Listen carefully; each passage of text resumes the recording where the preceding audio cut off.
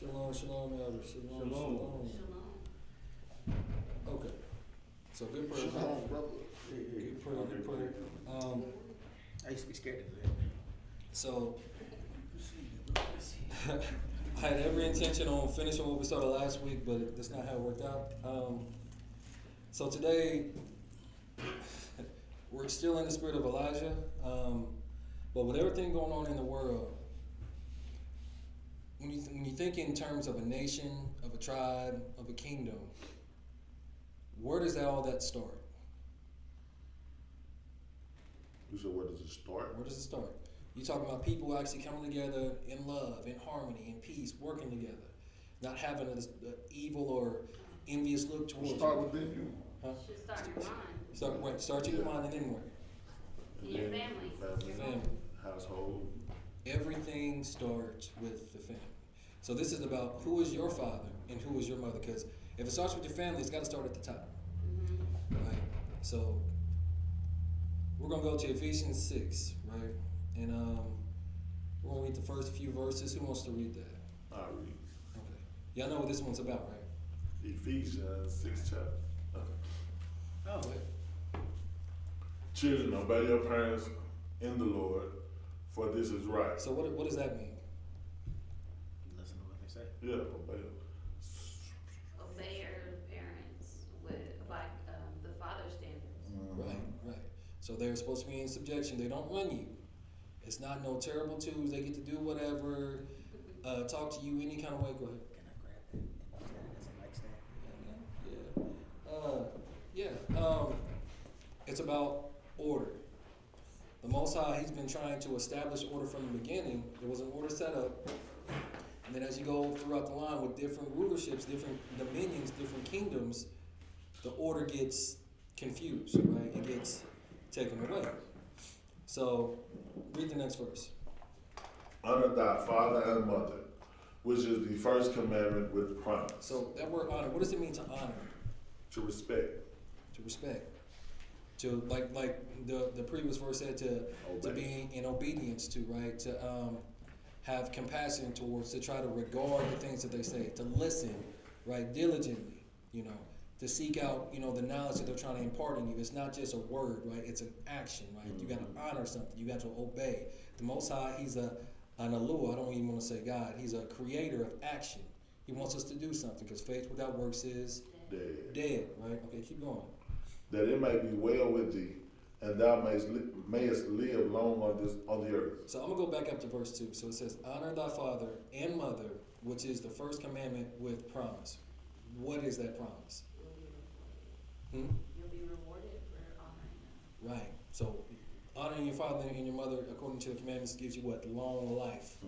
Right. It gives you, He's going to give you the desires of your heart because you're in His will and you're doing the things that's pleasing to Him. So He's going to make sure that you get the things that you need. And a lot of times He'll give you things that you didn't even know that you wanted. He'll just be coming out of nowhere. Money just out of nowhere. I know that happens to me all the time. I'm like, oh, I got this refund from what? Where's this money? Where's this money coming from? You just never know. Or like it'll be a loved one out of nowhere giving you exactly like the tools that you need or the help that you need. Like, man, I thought I was going to have to do all this by myself. Wow. But because I'm doing the things that's pleasing to the Most High, He's going to make sure that He got you. Right. Yeah. So that it may be well with thee, that thou mayest live long on the earth. That is the first commandment with promise. Honor gives you long life, right? Keep going. And ye fathers, provoke not your children to wrath. Okay, stop right there. So what does that mean? So that Fathers, because it starts with us. Yeah. So they like provoke, like I guess like pride and poke at your kids, like anger them purposely. Yeah. Like doing things that you know that you should. Yeah. It's crazy about that verse. My brother used to say that all the time. He used to get in trouble. He was like, "But the Bible said, don't provoke your children either." And he was right. Because What? there are some people that like they do things on purpose just to get that reaction out of their child. We're not supposed to do that. Yeah. We're supposed to do things out in love, right? Decently and in order. Because again, the Most High, He's all about order. So in this order, you have to know who your mother and your father is. So who is your father? The Most High. The Most High. Technically, He's your grandfather. Because He created everything through what? His Word. So technically, the Word is your father. And the Most High would technically be your grandfather. If you think about it that way, right? He created everything through His Word. Or you could say that the Messiah, because He came out of Him, right? So you could say He's like the physical avatar, if you want to put it in that type of terms, right? Yeah. So it says, but bring them up in the nurture and admonition of the Most High. So Yeah, I don't know whose what job? admonition mean. I don't know what admonition mean. I never heard that word. Well, that's discipline. Sometimes you gotta discipline somebody. To admonish somebody Yeah. for discipline. Yeah. Never heard that word. Hey, you heard it first. That's the current news. So that's the current That's the news. first somebody. Okay, that's the first. Verse of many. Okay, so in verse 4, how many parties is the Most High talking to? Like, not counting the children. Say it one more time. On verse 4, what parties is the Most High talking to? Who's the Most High talking to? The Father. Everybody. When you say how many, Not counting the you children. said how many is He talking to? Then you said not counting the children. I would assume not counting the mothers, not counting the children. He's still talking to everybody. He's talking to all of the fathers. When I say everybody, I mean all of the fathers. Okay. Now, if you're being more specific, then He's talking about the fathers of the tribes, of the 5 tribes. That's good. That's good. So, it's because you're a conundrum. I still try to figure out where you're going half the I time. don't know. I'm just hoping that this ends up making sense. Carry on. Yeah, I see. Go ahead, Elder. Go ahead. Hell, your fathers also. You have to remember that when you talk about fathers, and we know, even in today's time, hey, some fathers really aren't about too much of anything. Mm-hmm. But the thing about when you talk about the 5th commandment that was given to us, that was an order. We're ordered to do this. That even though your biological father may not be about jack, what about your grandfather, your great fathers that was living in righteousness? You're supposed to go ahead and follow behind them. Yeah, somebody. Because we all know the history of our people and stuff. What we've been through as a people during, in the slave trade, the abuse that our people have went through, especially our women. So, are you supposed to go ahead and honor this heathen that violated your mama? Right. No, Yah forbid. But regardless, you're supposed to go ahead and think about, hey, your mother, who did your mother come from? You know, and stuff, your lineage. Thank you, sis. That's who you go ahead, you honor the righteousness. You don't righteous no wicked man, old woman, Yah forbid. God forbid, right?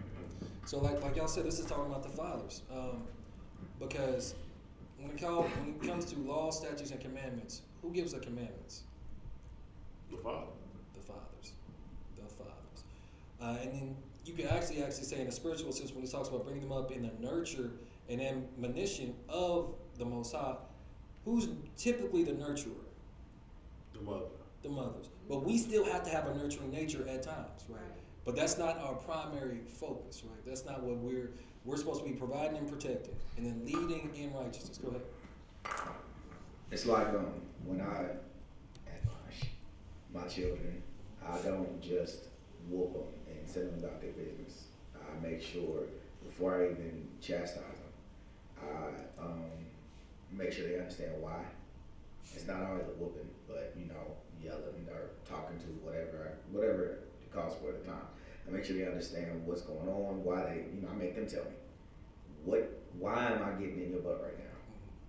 Okay, so now you know what you're supposed to do, blah, blah, blah, yada, yada, yada. And at the end, I'm like, I love you. I do these things because I love you. And I don't want you to be like me, I want you to be better. Exactly. So therein lies the nurture and nature. There it is. So with that in mind, I'm going to ask y'all, who is y'all's father and who is y'all's mother? But in spiritual sense or in the physical sense? Spiritual. Yeah.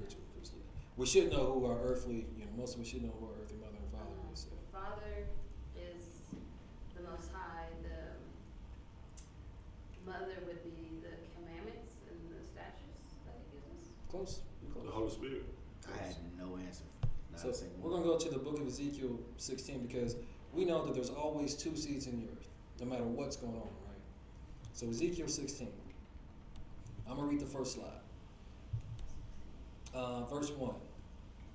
Again, the word of the Most High came unto me, saying, Son of man, cause Jerusalem to know her abominations. Gotcha.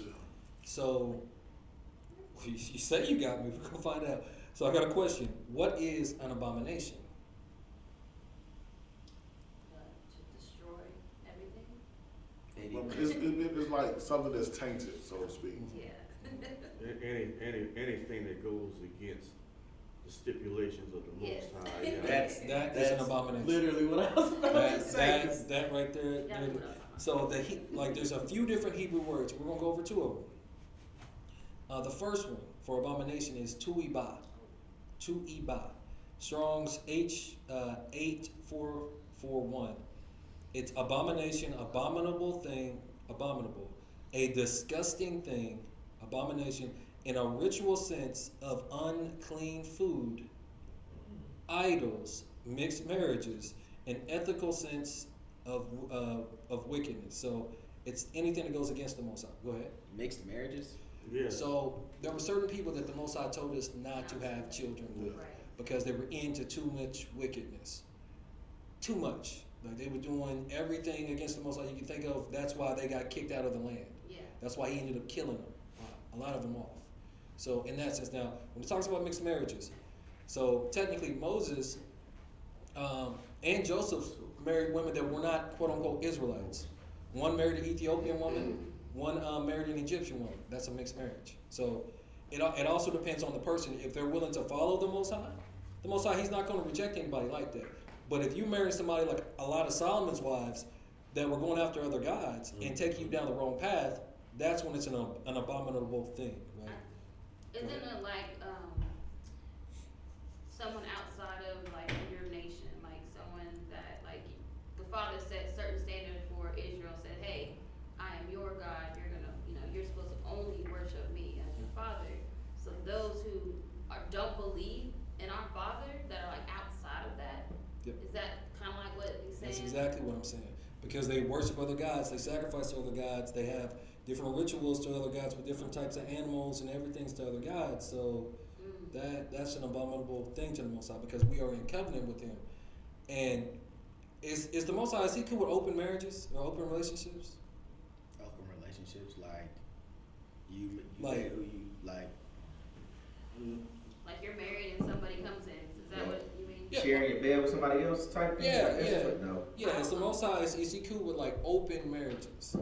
God, ooh, in the terms of today, negative. However, possible. Right. In fact, he did say, if I'm not mistaken, and I'm not gonna try to go book and verse because I don't know, but we could have multiple wives at one point in time. Right. If a man have taken another But wife. he Right. has to be able to take care of the second, third, fourth, and 10th, Yeah. same way he takes care of the first one. But that's Not not saying that's not what we're talking about. So We're not talking about you like, taking like another wife or something. I'm talking about, so in scripture, right, Israel. Now, this question I'm posing is for like the nation of Israel, which and sometimes is defined as a woman.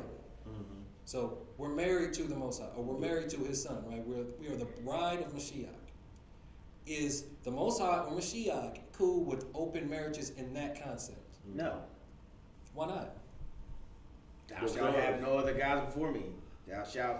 I mean, it's right there. Abomination. It's right And there. That's why with the mixed marriages, you got to know, because Ruth was a Moabite. So like that, you start getting into things like, okay, He would say certain like all these people, but then if there's somebody from a different nation that wants to come and serve the Most High, He's not going to turn them away.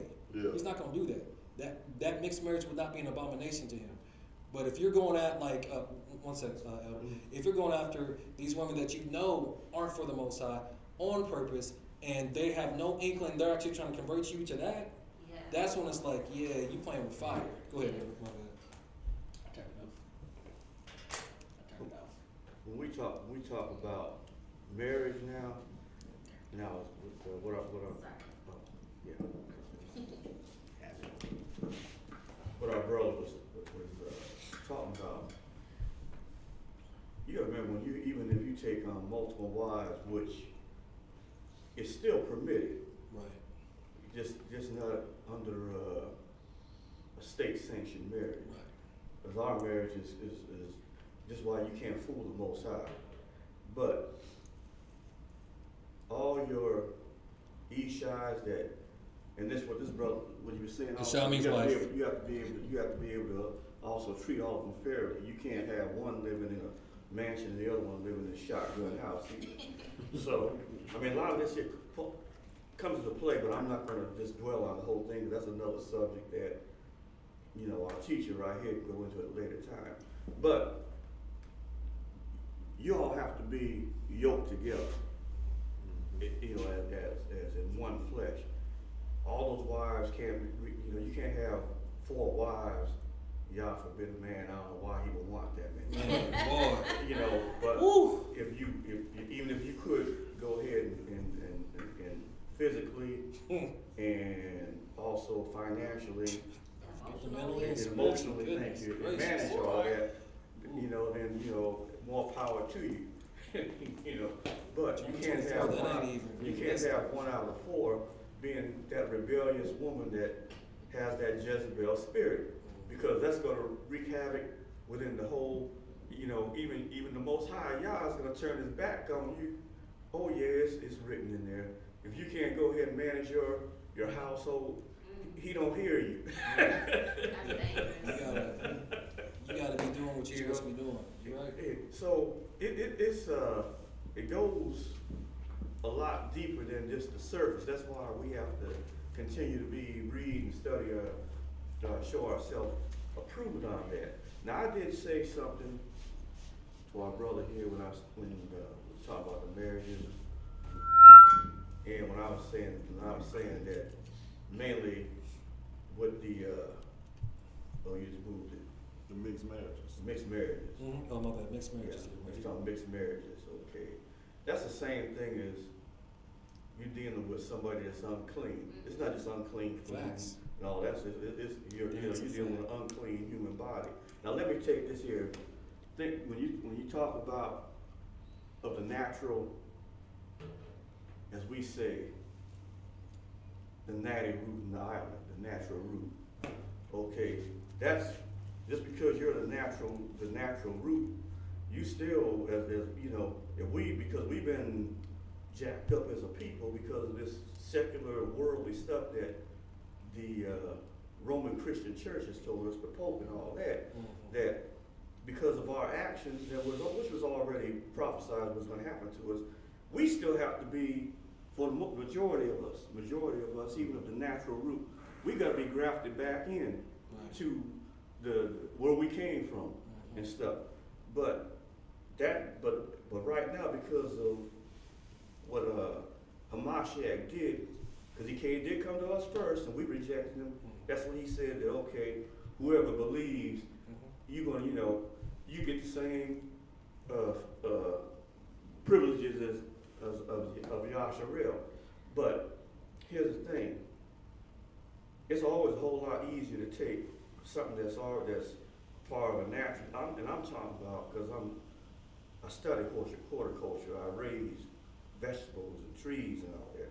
It's always a lot easier to take something and graft it back in than is of that natural root. Because you can take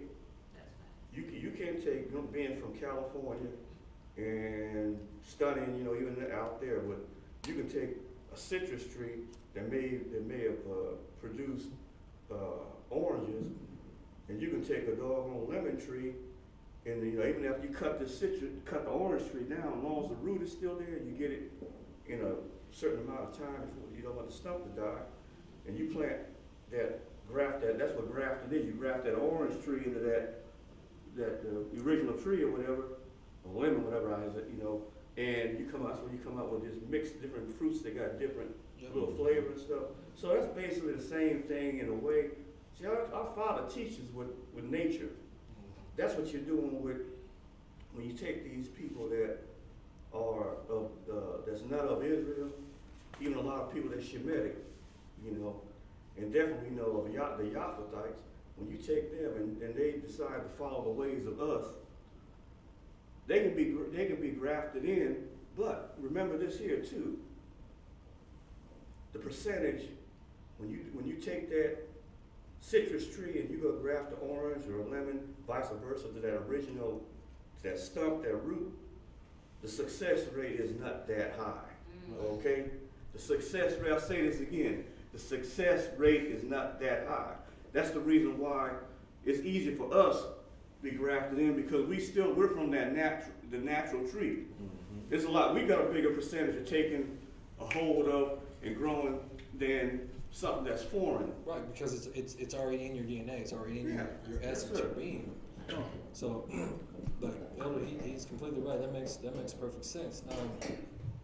So we're asking the question, or we're answering the question: who is your mother? Who's your father? Like I've been saying, there's two seeds in the earth.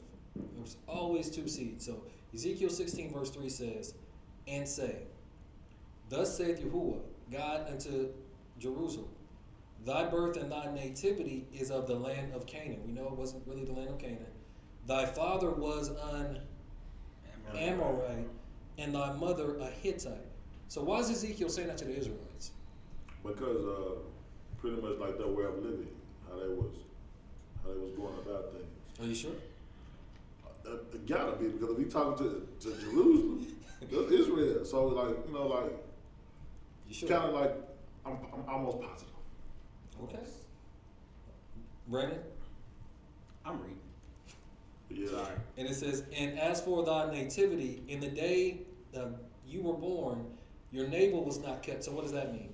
They weren't cut. They weren't severed Separated from their mom. Right. So you've When consumed do they everything do from your that? mother. Huh? When do they do that? How long after they do Well, that? it should come off naturally. If you don't, it'll come off naturally, I think in a few days, if I'm not Yeah. mistaken. It's pretty much like a figure of speech. Cause so you have a child now and then they want to cut it as soon as they can. They shouldn't. That's really against nature. Right. That's literally against nature. You have to literally fight to get them to not do that. The only way that they won't do it is if you're doing a home birth. You go to the hospital, Yeah. they're going to cut it. Exactly. And then they're going to try to keep the feet or whatever that stuff Placenta. is. Placenta, that's it, not fetus. And For scientific yeah, purposes. yeah, no, don't. for all kind of stuff. Yeah, so no, I don't. We didn't. I air quoted that mentally. Yeah. Sorry. Yeah, I saw it. And so when we had our son not too long ago, we made sure y'all ain't keeping that. No, y'all not. You made that all the way. Oh, it's for scientific purposes. Yeah, for what? That don't mean it's always a good thing. Science is not always good.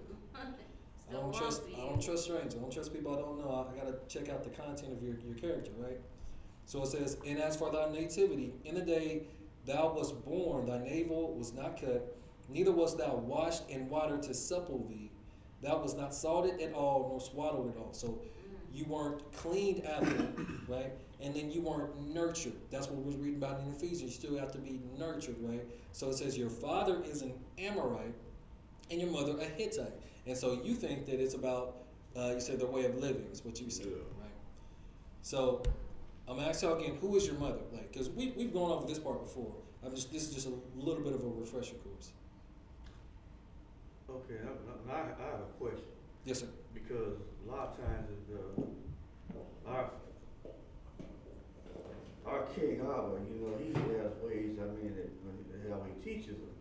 So I'm wondering now, because now you're making me go ahead and kind of think, even back before Jacob became Yasharel and who Rebecca actually, the lineage of Rebecca, and we know that Isaac, from coming from Same lineage. from Abraham. I mean, we know I forgot who Abraham's pops was, but Terah, I think. But I mean, now when you start looking at the region, I don't know. See, making me have to study, going and dig back Yeah. and stuff, which is good. But I'm wondering, is Yah giving a figure of speech, or is he actually We gonna find out. going back to Because it to really the, can. to the root. So, Of, you know, the because we're whole about to situation. recap some of this. So let's just. Do y'all have any other things about who your mother is? Anybody else? My bad. Not in a spiritual sense. I'm not sure. Linda. Huh? No. Go ahead. Alright. So we're gonna go to Proverbs 1. Read verses 1 through 9. Who wants to read that? The Proverbs of Solomon, the son of David, king of Israel. To know wisdom and instruction, to perceive the words of understanding, to receive the instruction of wisdom, justice, and judgment, and equality. Equity. Equity. Equality fit my mind. to give subtly to the simple, to the young man knowledge and discretion. A wise man will hear and will increase learning, and a man of understanding shall attain unto wise counsel. Now, does every man, because we're talking about fathers right now, right, hear stuff and actually increase their learning? Or do they just, what do they do? Especially nowadays. You be hearing ways to get out of trouble or to not get into trouble. Do you heed the warning? Are you a wise man? No. Or do you just fall by the wayside and be like everybody else? So, Most people they just let it smoke over, and you know, people unknowingly retain information. I'm getting better at grabbing the mic. People unknowingly retain information, Yep. and I'm people. I'm talking about myself. yeah. I will smoke something over in a heart, be like, yeah, all right, whatever, and then later when I'm almost in trouble, I'll be like, oh, that's what that meant. You don't know how many times I've had conversations with family members. Tell them, don't do this, don't do that, this is going to happen, that's going to happen. And then they end up getting into the exact trouble I told them about, and then they hear the exact thing that I told them to do years later from somebody else, and then they want to listen to it. I'm like, because I'm younger, Yeah. you know, or, you know, because I don't live around you, just because you just want to just take the long ride. I'm like, Yeah. life ain't got to be that hard. Sometimes the Most High, He's trying to give you, He put in front of you an open door Yeah. to walk through it and to not be harmed. A lot of times it be our own stubbornness, like, man, I don't want to hear it from him. We make You it think he hard wise? He for thinks ourselves. somebody like, no. Yeah. If I can help you not get into trouble or help you make money or something like that, I'm going to tell you. I'm not going to hold that from you. Like, go ahead. You're a teacher, and Brother Brandon just said something amazing. Today, man, one of our brothers, you know, like I said, fellow YAH'S, you know, I've been working with him quite a bit. His drain's main line plugged up, right? So on his sanitary sewer. So I've been telling the brother, I've been working with our brother, man, for many months there, you know, showing by example and things. So I've said this to him many times, man, look here, you know, you get in a situation, I said, man, don't go ahead and you don't have to buy certain tools and stuff. I said, I might already have them, but check first. And if I don't have it, I have other sources to keep you from spending a whole bunch of excess money. All right? This cat, he goes to Harbor Freight, and he's buying a home, okay? You know, he's got a mortgage payment. So, money's tight, plus some other family members, which I already told him back 8 months ago when he first bought the house. I said, man, look here, your family members are gonna think that you got all kinds of money and you rich, and they're gonna go ahead and try to start homing in on you, which they did. You know, he has used some profane language, just messing with me. Man, you know, you're right there, Doc. All right, man, whatever, deal with it. So, you know, with the sewer system, he goes out and spends about $150 on a tool, right? I don't have the tool, right? Granted. But you didn't do as I suggested months ago in our conversation. You heard, but you weren't listening, okay? You bought the tool, and the drain still is not up to 100% efficiency, right? So when he called me up after buying the tool, I said, "No, man, I don't have it, but you can go down to Ace Co. and rent the tool, man. You know, they'll let you take it for 4 hours. It's only gonna cost you maybe about $15, $20, and it goes out about 35, 40 feet, which will go ahead, where your clean out is at, it'll clean it all the way out to the main line in the street. This man went and bought a snake. But yeah, he bought it, spent $150 for it. You know, Long enough. no, it only goes 17 feet. Oh, You know, so but the bottom line is what is just what the brother's saying and what you're saying there, teacher, about, you know, people hearing stuff and you're showing them the sense, you know what I'm saying? You don't know how many times I said this to to them for certain things. Okay, now you're crying about, oh man, I ain't got no money. Still good. Hey, no more talk, man. I'm just Then want to heed to good counsel. And so then, next slide. Go ahead. To understand a proverb and the interpretation, the words of the wise and their dark sayings. The fear of Yahuwah is the beginning of knowledge, but fools despise wisdom and instruction. My son, hear the instruction of thy father. So the father gives instruction, which is the commandment. Mhm. Forsake not the law of thy mother. So your mother is the law, right? Because we give the commandments, and of course we let the wife or the mother know, and then especially when we're not around, she has to lay down the law, right? But that's the order. The Most High, He's all about order, like in a spiritual sense. So when I was looking at this, and I was like, man, everything about the Most High, you always got to go back to basics. Everything goes back to family. So even in the way He even teaches us, He's trying to show you the family's got to be together. The father has his instruction. The mother lays down the law, But we have to give them that authority. We can't just be like, what your mama say? What this is like, we got to make sure that we're backing her up like, hey, don't be letting your kids run back and forth between, mama done told them, they want to run to you because, maybe you got a daughter or a son or whatever, like this and that, because the kids will play that. That ain't how it goes. Right. You got to be on the same page. You're exactly right. You can't let them do that. Like now, if you as a father have already told them before, your mommy got wind, that's different. But if like you got kids that just running to and fro because they ain't getting away with you, they gonna run the mom and think that stuff gonna work. That ain't how it work.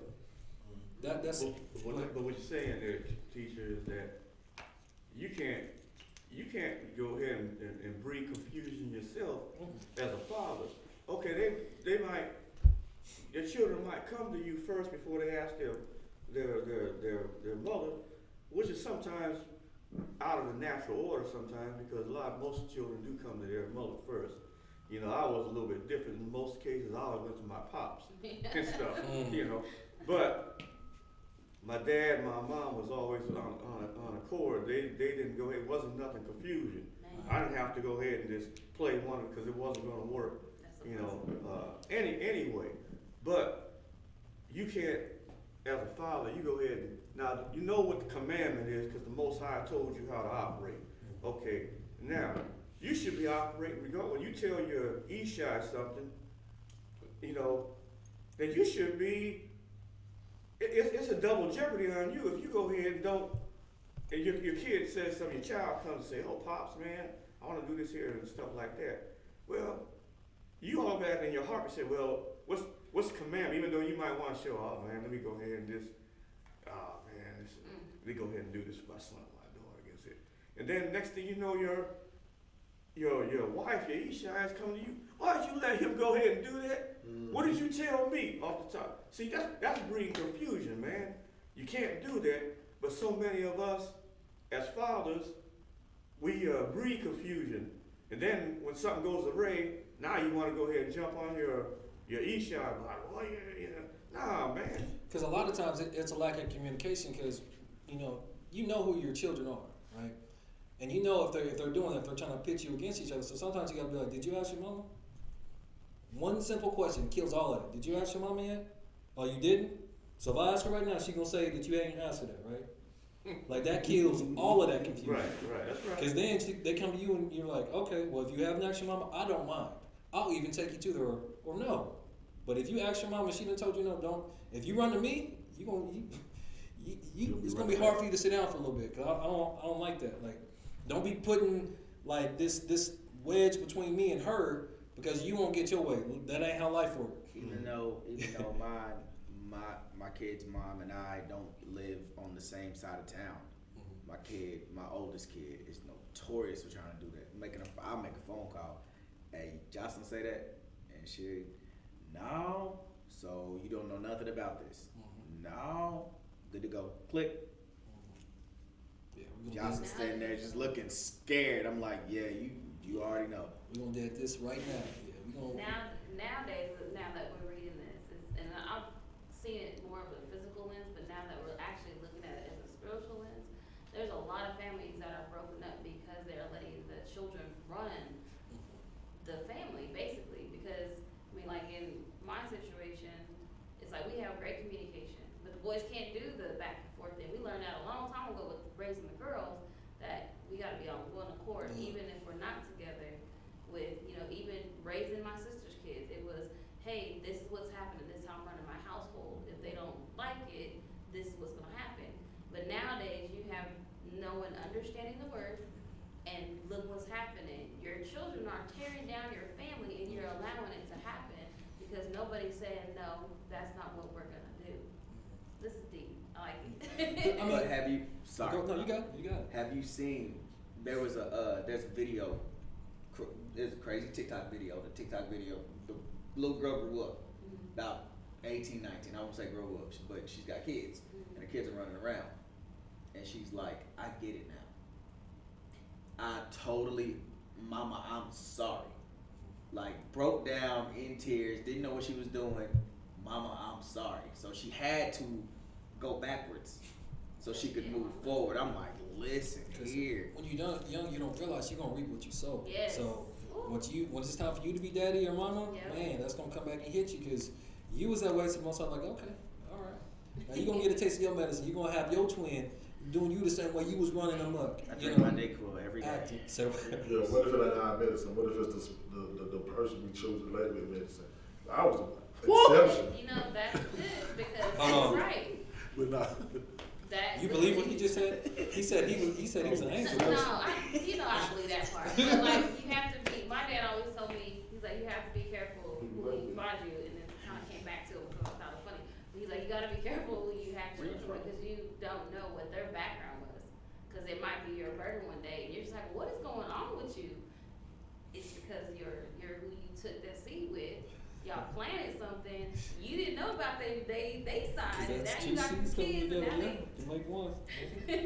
Traits. No, that's what you want to say. Traits. No. That's the Yeah. seeds of Brother Michael talking. Yeah, because it says, for they shall be an ornament of grace unto thy head and chains about thy neck. So Yes. the instruction of your father, the law of your mother, when they come together, everything's in harmony and in unison, like bling bling. Yeah. You know, everything's in harmony. Like long life, it's the first commandment with promise, and a lot of times we don't be realizing that we're putting curses on our children. Yeah. Mm-hmm. Not honoring your father and your mother gives you the opposite of a long life. Yes. You see what I'm saying? Like, everything goes back to basics. Everything goes back to order. That's why we have to know who our mother and who our father is. So when Ezekiel's, like you were saying earlier, is talking about, well, your father is an Amorite and your mother's a Hittite. Well, you have to get back into the nature of who these people are then, right? Yeah. So then we're going to jump to Proverbs 6. And in Proverbs 6, we're going to read verses 16 through 23. Go ahead, Ronnie. For these 6 things doth the Lord hate. Yea, 7 are an abomination. And abomination means what again? Bad thing. Detestable, Yeah. unclean, Disgusting. disgusting, Trifling. trifling. Okay. A proud look, Mm-hmm.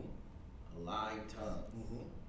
and hands that shed innocent blood. So, are we raising our kids to know that they shouldn't be having proud looks and have a lying tongue in their mouth? For the most part, why not? Man, I tell my kids I can't stand a liar. It's a consistent thing with kids, though, It- and over that's and why over. it's so important for us to teach them this, and not only teach them this, we can't sit there and lie to them and give them that example. So, and the other day, like I posted on Facebook, I don't really be on Facebook too much Oh, yeah, anything I ain't unless on it's just Facebook helping at least. network with people. But I posted on the others, like, just imagine if the Most High spoke to us like we speak to our children, because like how you talk to your children and how you fussing with them, and if they come to you with an issue that they really need help with, and you're cussing them out because you don't know how to deal with that issue. Just imagine if the Most High talked to us like that when we came to Him for help. Father, I have a sexual addiction. I need you to help it. Get out of my face. You ain't ready to talk about that right now. Like, things like this happen with children. I know because it's happened to me. And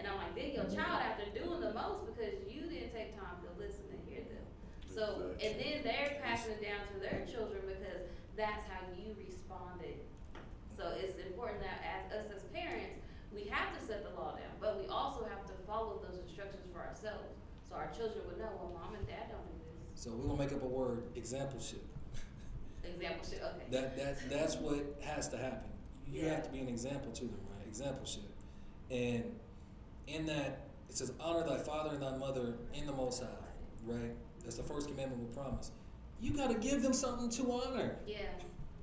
So, like you talking about that, being that example, it can't just be, that's like being like the scribes and the Pharisees in Mashiach's days, right? You know, all this lip service, and Mashiach was like, do as they say, not as they do. No, we have to be that example. Now, it's not easy, by no means. You're gonna slip up, but it's okay to slip up and to, sometimes if you gotta apologize, it's okay to apologize. Accountability as You know, parents. because we can't be raising kids that, like you just said, accountability, that have no accountability.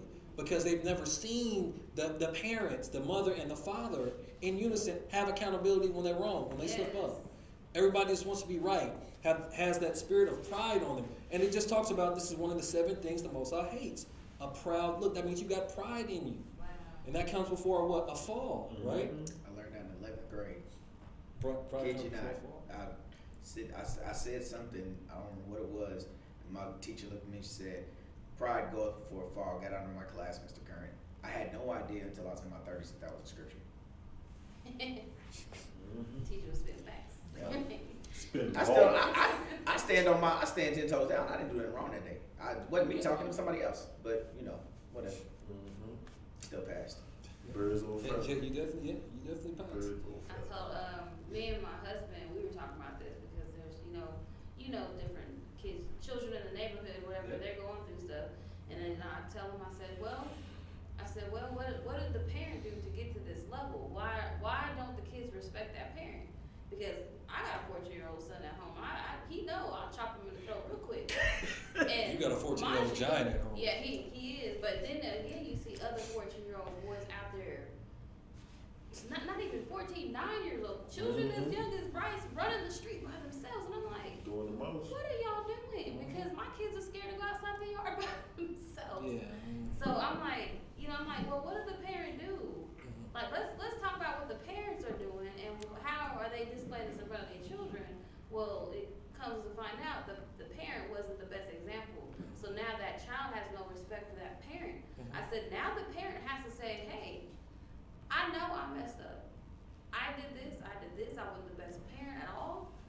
I have to work on that. They have to literally have a heart to heart in order for that child to understand, like, your mom messed up. And that accountability as his parents, we don't want to take that accountability. No. We're just like, oh no, I can't show my kid. Like, one thing I respected about my dad, when we were little, like, he used to tell us a story about how he did things. And I respected him to the most because of that, because he was so vulnerable and transparent with us. But I also feared him because my daddy, when he got that belt, he got that belt. So, but I respected him enough for that because I'm like, that's why. That's why my daddy's growth, because he was so clear, and I respected him and his authority because of that. He was like, yeah, I took accountability, but it's time to get it right. And he was so blunt with us. I'm like, okay, I think that's where I get it from. But yeah, That's a good way to be. yeah. That's what's lacking in 2024 with a lot of people. Go ahead, Edo. My question would be to our sister here. Now, you're married. Now, being a mom that had to take on so much, do you let your husband lead? It's on. Do you let your husband lead? And I mean, as far as you have this, you have a young he's an adolescent still, but he's a pre-adult, well, according to in our society, but Right. and he's going to get to the point where he's going to think that his urine can go ahead and break the toilet bowl. But the thing about it is, like, are you gonna when it comes down to it, because you and your husband are one flesh, but when it comes down to it, have you all had that kind of communication that talk, like kind of where I'm kind of preluding at, that, hey, if he has to go ahead and grab that boy by the collar of his neck, or you gonna go ahead and let him, you know, chastise him. I'm sure that, I don't know the man really like that, you know, but usually, I mean, a father gonna know how far to go, you know, cause really when it comes down to it, whether they're his birth children or his biological children, still, you know, it's about righteousness. Can that man chastise in righteousness? And a lot of times, hey, I wasn't always chastised by my father. I had people go ahead and elders grab me by the collar of my neck, and I pray that you didn't tell my father. I pray that you didn't tell my father, because I'm gonna go ahead and get it twice. Look, don't get in That's trouble all at I'm a saying. family That's what I'm reunion. saying, you know. And I can answer that because before we even decided to get married, that was already in the effects. Like him being the head of household, I'm not one of the women that are gonna be like, oh well, we married, I'm gonna run stuff. No, he's already chopped Devin in the throat. He's already chastised him, not just in front of me, but also in front of his own father, because all of his parents are on one accord. So when that happens, I'm like, hey. So I don't mind him taking lead because that is his position. So I don't have a problem with him taking lead at all. Like I'd rather him do it anyways. But from before we even got married and decided to take this walk together, that was already established with myself and with his biological father, because his biological father is there. Like he's not an absent father. So now Devin's getting chastised by two, and that's outside his papa, you know. So he has men in his life that's gonna chastise him, and I'm fine with that. So he got chopped in the throat the other day at school, I guess. He told, hey, I chopped Devin in the throat because he came at me talking crazy. I said, okay, did you take his neck out? I mean, Throat check. right, and I get it, he probably won't do it again, but that is not an issue with me. Now, some homes, yes, because I get it. So a lot of women are very vocal, don't touch my baby, and I'm like, because they gonna need There's it. no point in marrying them and like, nah. If Right. I can't do all that, then yeah, we ain't got nothing we can talk about. Right. Ready, go ahead. Continuing at 18, a heart that deviseth wicked imaginations, feet that be swift and run into mischief. So what are wicked imaginations? Just quickly. Anything not of the Most High, anything pretty much worldly. Right, because that's why low riders are good to think about. Yeah. Because that's why Michelle was like, if you looked at a woman lustfully, wicked imagination. You know, our mind can just Starts in go. your mind, I right? have mind, that mind, Quick, that boy, mind do what he quick. want to do sometimes. That's why you got to repent daily, because it's like, man, keep going, my fault. So a man thinking. A false witness that speaketh lies, that pretty much goes back to 17, and he that soweth discord among brethren. So that goes back to that commandment where it was talking about like not to revile. No, it wasn't revile. What was it? How did it say your child not to get them angry? Provoke Revoke them. No, not to provoke them, right? In anger. That's because you're sowing discord. If you're sowing something, then that makes it a removable offense. seed, and that thing is gonna grow. So that's why everything starts with family. Like that's what I'm saying. Like brethren, family, wife. Like you shouldn't be trying to sow discord, doing stuff on purpose to get arguments started. Yes. I'm just gonna nag just to get this started for some reason because I don't think I have enough attention, even though you're actually doing something right now. You know what I'm saying? It's getting outside of yourself because a lot of times, like with this Babylonian system, it's all about me. Yeah. Birthdays, holidays, all this stuff, me. Yeah. We have to get out of that because, like you're talking about a family unit, the family unit's got to be one. So when you're thinking in charge of a family, like you got kids, you got a significant other. It ain't just about you. No. You got to see how all the pieces come together, right? That's why we are the body of Mashiach. Yeah. And it says, "My son, keep thy father's commandment, and forsake not the law of thy mother." Again, that's a beautiful marriage when everything's in order. Order. Keep going. My bad. Keep going. Next one. I'm gonna. I wasn't even answering. He read it. I read that He last read it one. already. Oh, I had a question for 20. Oh, go ahead. Go back to it real quick. Mhm. All right. So when I'm talking to my kids, right, I'm putting emphasis on the word my son. All right. When I'm talking to my kids, am I supposed to primarily direct this at my son because my son is going to be the head of his household? Both. It's a both thing. It- Well, I know It I'm is supposed to because- raise my daughters to be Yeah. to be submissive To the right man. to the Not exactly. just any man. Okay. Yeah, 'cause- I had put that in a poem already. Just Yeah, think about discernment. raising righteous kids. Yeah, because And everything will fall in order. we're trying to have like a generation of righteousness, but yeah, like especially like when you have a son or sons or whatever, you got to show them, hey, this is the stuff that I fell short on. This is how it should be. Right. You're gonna be greater than I, because you are the upgrade, right? You're the next generation, so you're not gonna fall for these mistakes, and then you're gonna keep progressing towards righteousness, right? Because yeah, there's a lot of things that we all fall short on that we all gotta work on. but in the same sense, but like you was asking, in the same sense, like as you teaching your son, this is how you move. You teaching your daughters, this is what you look for. So it's the same thing. Like so, it's not like you got to deviate it. That's right. And that's why it's a law or a commandment. That way you can teach them both sides. You know, a virtuous woman and a righteous man. You know, it's a two-sided coin. Okay, go ahead. Oh. Bind them continually upon thine heart and tie them about by thy neck. So what does that mean? The father's commandment, the mother's law. Bind them continually on your. It'll stay with you. It'll stay with. It won't stay on you physically. It'll stay within you, and There what's it in is. you. It's not what's on you. It's what's in you. There it is. That's perfect. Perfect. Keep going. When thou goest, it shall lead thee. When thou sleepest, it shall keep thee. And when thou awakest, it shall talk with thee. Boy, This sound like the Holy Spirit, bro. Mm-hmm. Oh, Yeah, okay. that's what happens. for the though. commandment is a lamp, and the law is a light, and reproofs of instruction are the way of life. So we're talking about accountability. A lot of people cannot be corrected. You know, a lot of people, like you were talking about, cannot be admonished, especially inside of the household. You know, you're just gonna lash out because that person's lashing out at you, even though they're right. Sometimes you just gotta repent. Like, you know what, I was wrong. My bad. You know, for everything, you know, you just gotta have that spirit of Discernment. discernment. Yeah. Discernment. Okay, finish this up. To keep thee from the evil woman, from the flattery of the tongue of a strange woman. Yeah, 'cause we want to stay away from that shit.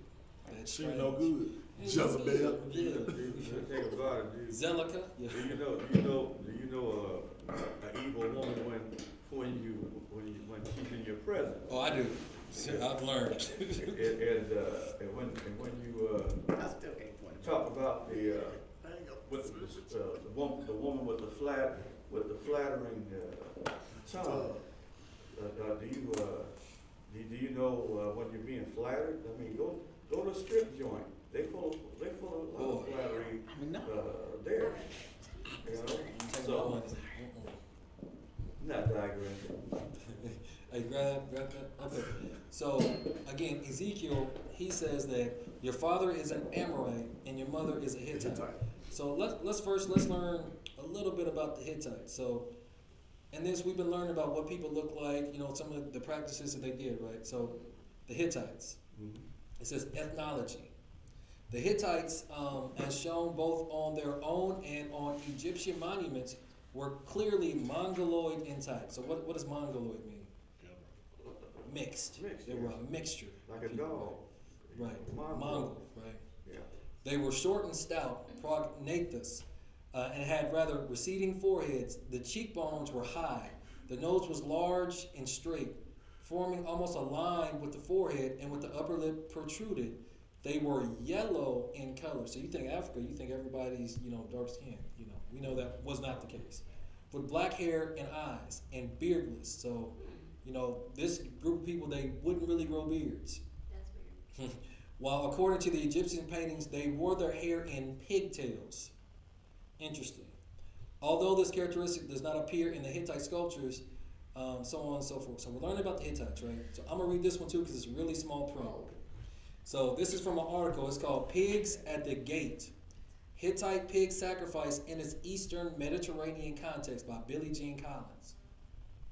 The consumption of pork in Hittite Anatolia is unlikely to have been a simple matter of geography or ethnicity, but was governed by a complex set of principles involving determiners like status, gender, and the level of cultic influence from religious sanctuaries. On the few occasions that the Hittite text refer directly to eating pork, the context is highly ritualized. So the only time they really eat pork is when it's a ritual. Okay. Ritualized, suggesting that the special religious significance was sometimes attached to the eating of pig's flesh. Further drawing on evidence from the society surrounding the Mediterranean basin, a case can be made for the private nature of pig sacrifice in Hittite Anatolia. They were killed to ensure the well-being of the community and the fertility of humans and crops. So doing fertility rituals, we know that has a lot to do with sex, right? Mm-hmm. So if you start looking into, what was it? I believe it was the one, the traditions of man from New Year's. We talked about that because the Romans also, that was their pig of choice when it came to rituals, Correct, right? correct. Like, you couldn't even have a proper burial unless a pig was sacrificed. Mm-hmm. Everything had to do with pig worship, pig worship. Right. Now you start looking at the cultures that the Most High told us not to deal with, right? And you'll start seeing pig worship. You'll start seeing all these animals that the Most High considered unclean. It's a pattern, but we haven't even known that, right? So, were you gonna say something? Mm-hmm. Okay. Go ahead, Elder. Teacher, also, let us not forget that when you talk about, because the Hittites, you gotta remember, Esau mixed with a lot of people. We gonna get on that? And see that, but the Hittites actually are, the modern day Hittites are a lot of your Germans. Think about Hitler. That's where that name comes from. There, he knew who he was, who his forefathers were.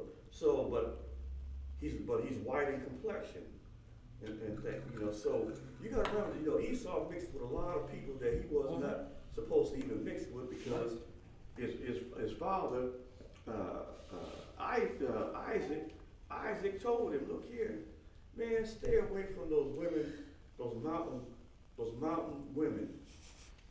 Keep away from those mountain women. Don't mess with them. And now, when he was messing with the sisters of the Israelite, it wasn't no problem because we had been, you know, wasn't no problem with us mixing with them at the time until they started going astray. But definitely, Esau knew not to mix with, but he did it anyway. I don't know what those Hittite women had, but they caught him.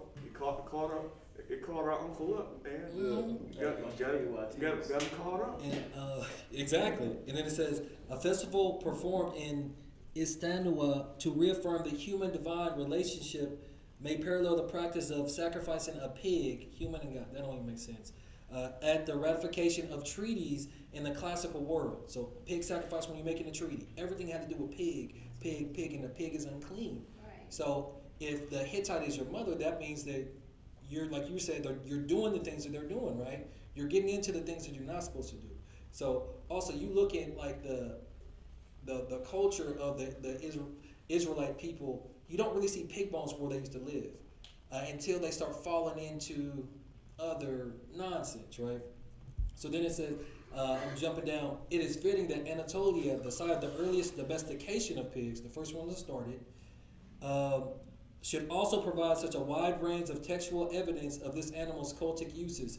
Pig sacrifice in Hittite Anatolia presents a unique challenge, as the pig was arguably the most versatile implement in the professional ritualist toolkit. The inhabitants of Anatolia in the Hittite period harbored an ambivalent attitude toward the animal that expressed itself in many aberrant rites. So they venerated the pig, they loved it. And we know the Most High tells us that that's an unclean thing. So you love something that the Most High hates. An abomination. Abomination. Toiba, right? Toiba. But there was another word. Remember I said that there's multiple words for abomination, right? There's another word that's called sheketz. It's the same thing. But then there's this other word.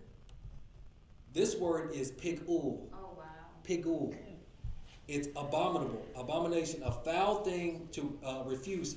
Unclean sacrificial flesh only use. You start looking at our actual culture, like a lot of paganism will creep in, but the one thing that we would always stand firm on, I ain't eating no pig. It They was don't pig switch. oil to us. But now it's a delicacy to people. It's crazy It that, just, like, It That's literally- another word it for literally- abomination, pig oil. it literally can't secrete its own diseases out. Mhm. And I try to tell my family that, like, my Aunt Brenda made some beans the other day, and I ain't gonna lie, I tore it up, but when I got to the meat, I was like, ah. And I mean, it was too late. It was already in it, so I went ahead and went through it. But when I got on the phone with her, I told her, I said, hey, I said, take religion off the table. I said, let's just talk about the animal in and of itself.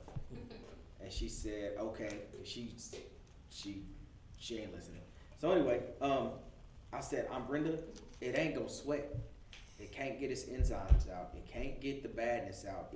I said, when we sweat, if we sweat enough, then the toxins pour out of us. That's the word I was looking for. Toxins pour out of us. I said, you can physically see them if you sweat enough. It pours out black out of your body. If you have one of those, there's a stick that you can use. If you go into a sauna, you can sweep them off. However, common slash sparse for effect, I told her that. She was like, I guess I'm just going to eat some dirty swine then. I was like, hey, it is what it is. Pigou. I mean, that's why, and like even back then and even now, that's why the Amorites become people's father and the Hittite people's mother, because the things that's unclean to the Most High, they don't care.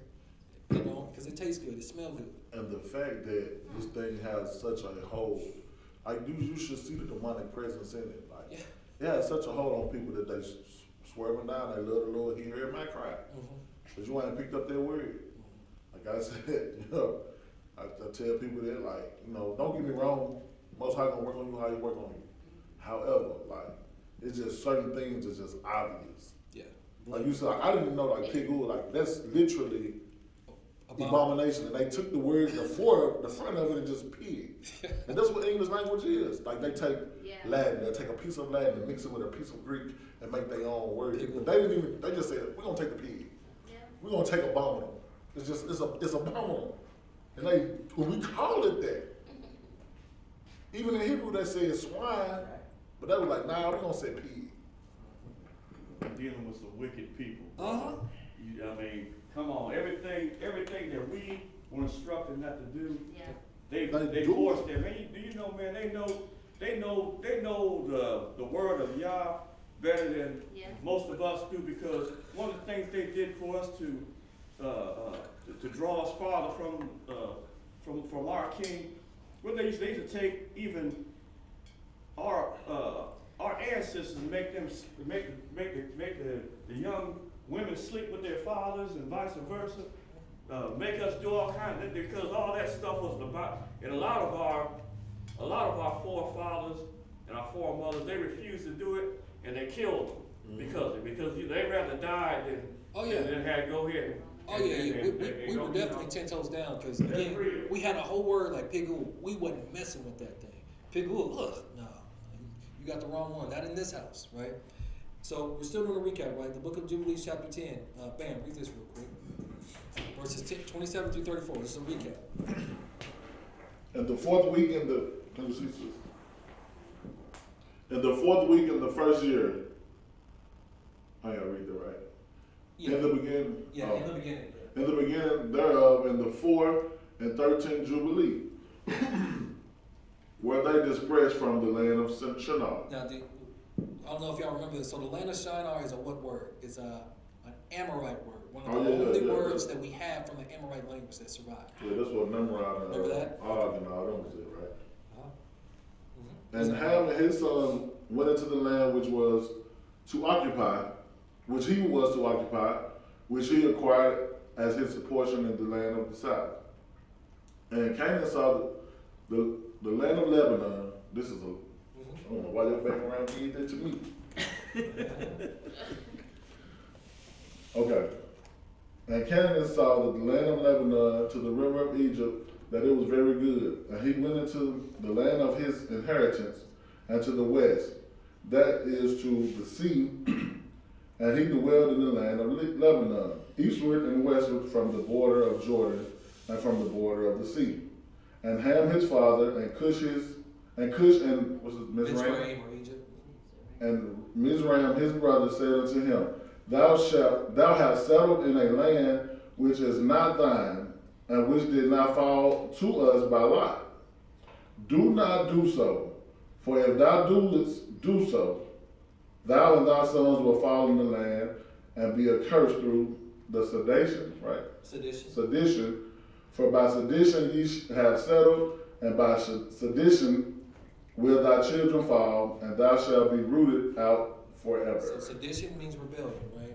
So in the scriptures, it's known to as the land of Canaan, but Canaan didn't actually stay in his land. He was actually in the land of Shem. This is just a quick recap. Yeah. That's Oh, crazy. okay. Through your sedition, your children will fall. Yeah, stay new. Right? So again, sedition, right? Resistance or insurrection to a lawful authority, right? So that's rebellion. Okay, keep going. Dwell not in the dwelling of Shem, for to Shem and to his sons did he come by their lives. It's our land, right? Cursed art thou, and cursed shalt thou be beyond all the sons of Noah. So out of all the sons that survived, they are the most cursed. These Canaanites, Canaanites, right? Okay. By the curse by which we bound ourselves by an oath in the presence of the holy judge, and in the presence of Noah our father. But he did not hearken unto them, and dwelled in the land of Lebanon, and was Hamath, From Hamath. and from Hamath to the entering of Egypt, he and his sons unto this day. And for this reason that land is named Canaan. Right, because it's cursed, right? Okay, thank you. So what we've been taught, So he stole the land from his brother. yeah, he stole it. That wasn't his land, that was always our land. So, question, the so-called curse of Ham, I thought that was kind of from him seeing Noah naked. And then he also did something else that got him cursed again. But Ham couldn't be cursed behind that, right? Because God had the Most High had already blessed him. So Noah was like, okay, well, for some reason there was something going on with Canaan. Canaan wasn't innocent either. It's escaping me right now, but he definitely was into some other stuff also. And that's the son of Ham, right? Yeah. The grandson of Noah, the son of Ham. Go ahead. Let us kind of let us also kind of reflect also at after the Most High, after he cleansed the earth the first time, and this is when we talk about each lot was given to, our brother Noah's sons. 3 parts. Okay, when you start really looking at the world, Yeah.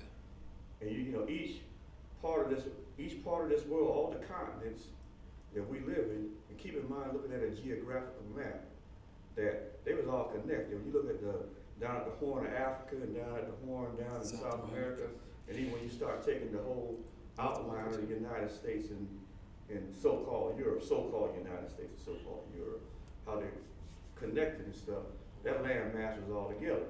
So keep in mind that also there's 3 parts of this planet that was given as lots.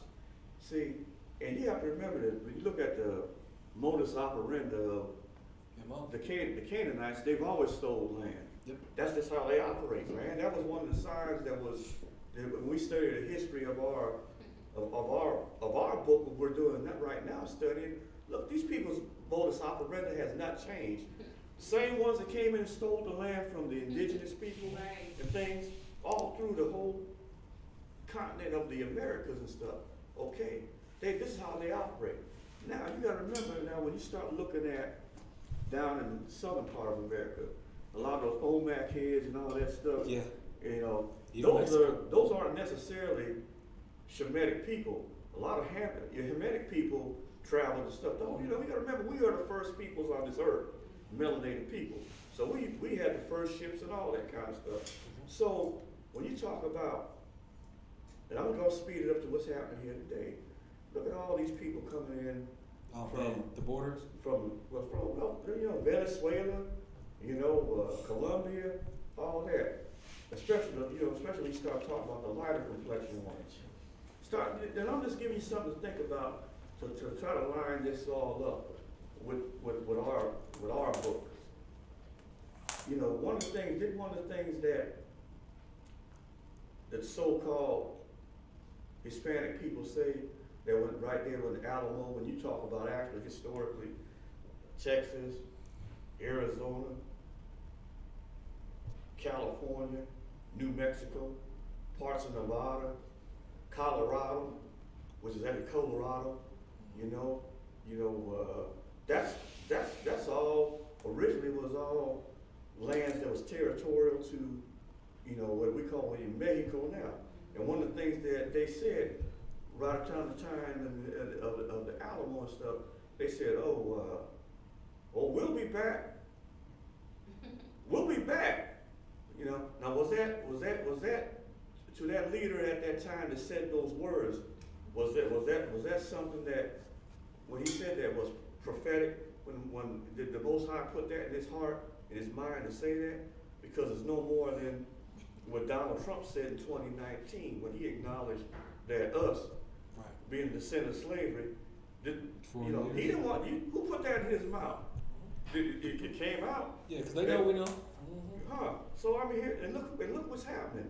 How could in Isaiah, our brother Isaiah said this. He said, "In the last days, you're gonna know it, because the leaders of the great nation is gonna have the mind. They're gonna have the minds of children." Now, what could be any more childish than, man, you just gonna let your borders, huh? Just let everybody come in. Come on now, you got a right to And protect y'all can vote. your border. And you get free healthcare and free everything. What did we talk about that our last meeting? Well, brother, when we was visiting here earlier this week, and we was talking about kind of same situation when you were over there in Korea. We was talking about. Man, come on, man. Look, if you think the Russians, North Koreans, South Koreans let anybody come across anybody's border, No. y'all outside your mind.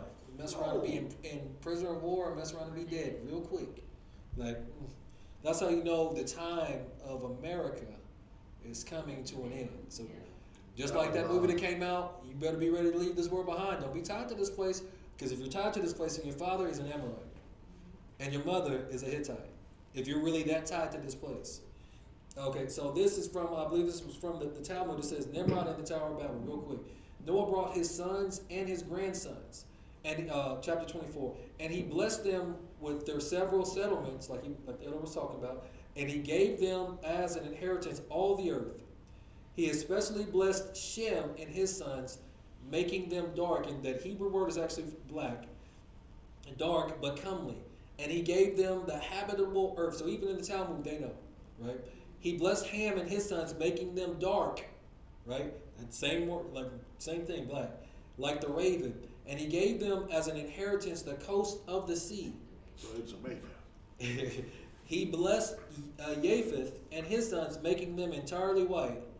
Now, anybody who's done history know all the Japhites are not entirely white. No, anyway. no, that's their. And he gave them for an inheritance the desert and its fields. These are the inheritances which he endowed, right? So Maybe because back then when it was writing, like, entirely white just mean you way lighter than me. It might it work. could have been. It could have been. Because- but albino was a thing. Yeah. And Legacy, right? you hit on something there, because actually, Form of it, yeah. actually in the Hebraic or the Ebrahite language, they're all up until the time that the Latin countries, we call the Italians, Rome, and all that, there were no we didn't use colors as descriptive. Mm-hmm. Our description when it came down to what they talk about color now, we use something that we could physically see, just like when Ezekiel, when it says the color bronze, we talk about the color of the so-called aircraft at that time. Actually, it was like, it was actually, when you talk about metal, it was like highly, it was highly polished, of a metal, something. It didn't say the color. The color didn't come into effect until these so-called Europeans ended up invading our country because of, and we know the history of what happened. We took on their ways. That's not, our languages is always descriptive. We talked about earlier there, teacher, like a cow being red. Ain't no red cows. It was ruddy complected, ruddy, which is you've seen red heifers, haven't you? You know what they look like. How many people have you seen that got the complexion of a ruddy cow? You got people in your family that look pretty ruddy to me. Yeah. I got them in my family. Well, we all family here and stuff, Got a brother right over there that's pretty close to be, to ruddy complected. So, I mean, so I mean, come on, that's, hell, that's not, he's not brown. You know, you wanna use the term, it was always a descriptive Gotcha. to a complexion of one's complexion, just like, what did they use as term at one time prior to the 1800s, even the 1700s? They used to say somebody that was our complexion was considered swarthy. Swarthy, yep. Okay. Schwarzenegger, Arnold Schwarzenegger's name is So- based off of that, because they weren't the original. They took that. Well, look, what's the word? Swarthy. Swarthy. Swarthy. That's actually how they define the indigenous peoples of the Americas. Were swarthy, tawny, stuff like that. I've heard tawny, but I've never Yeah, heard swarthy. swarthy means dark or black, really dark. So just to keep going though, okay. So the Amorites. So what do y'all remember about the Amorites? They were gigantically The giants. looking, blue-eyed. And then red they hair. were a race of the giants, which were the Rephaim, which were descendants of the fallen. Nephilim. Right. Okay. I do remember that. Okay. So they actually have a line. So Genesis 15 verses starting at 18 or verse 8. Go ahead.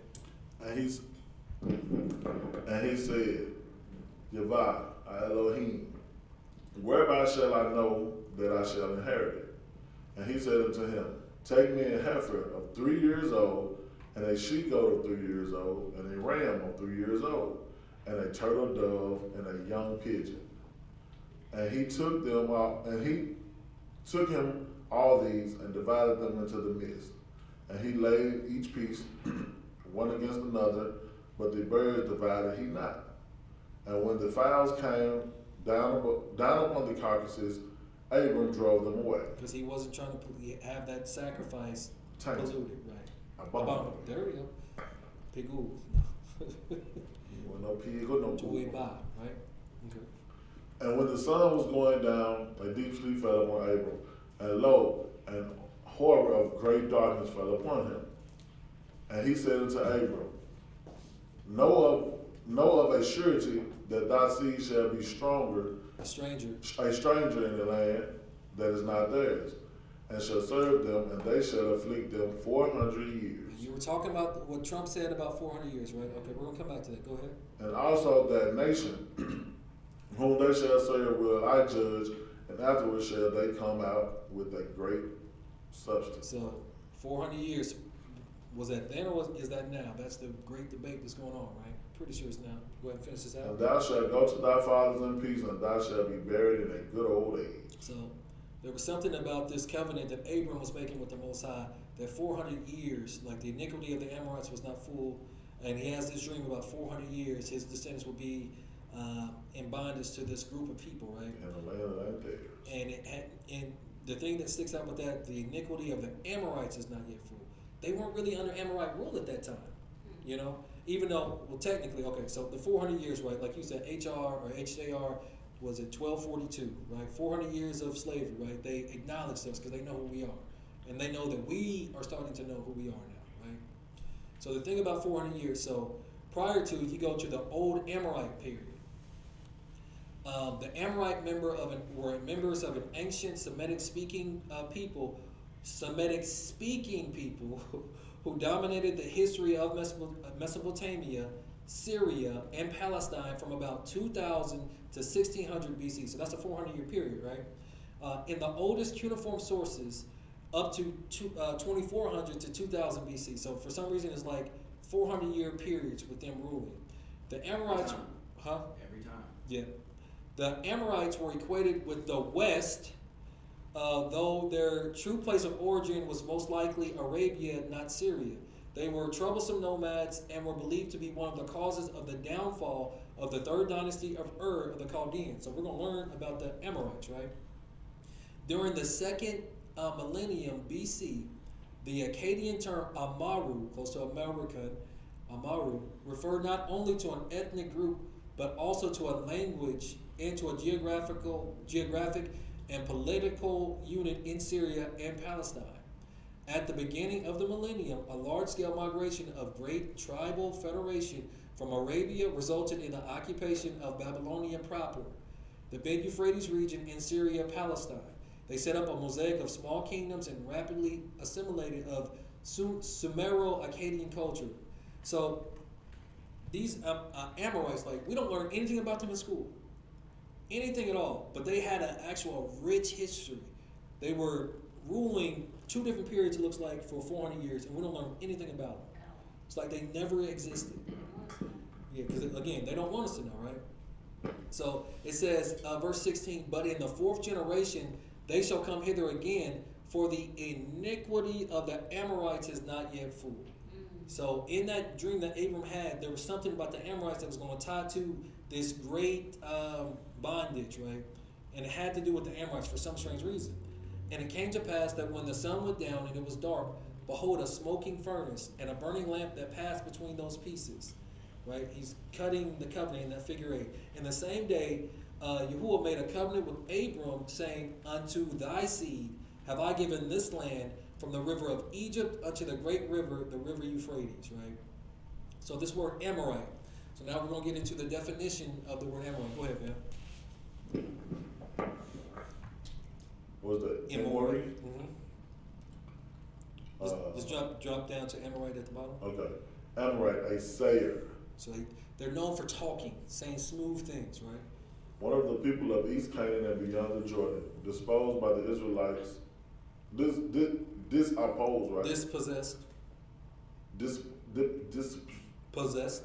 Dispossessed by the Israelites' encouragement from Egypt. So the Israelites beat them up and kicked them out, right? Killed a lot of them. So this is what they look like. They don't look like no dark-skinned people. Just saying, these Amorites, right, which would technically be Canaanites, right? They were cursed above all the peoples of the sons of Noah, right? Mm-hmm. So, right? So Amorites also means mountain dweller. That's what you were talking about before. Esau mixing in with all these mountain dwellers.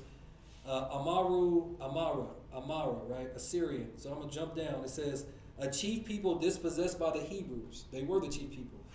Living east of Jordan. We know about that. Where's the other one? Dispossessed by Israel. Okay. So we talked about how they ruled for 400-year period. I'm not really going to read this one.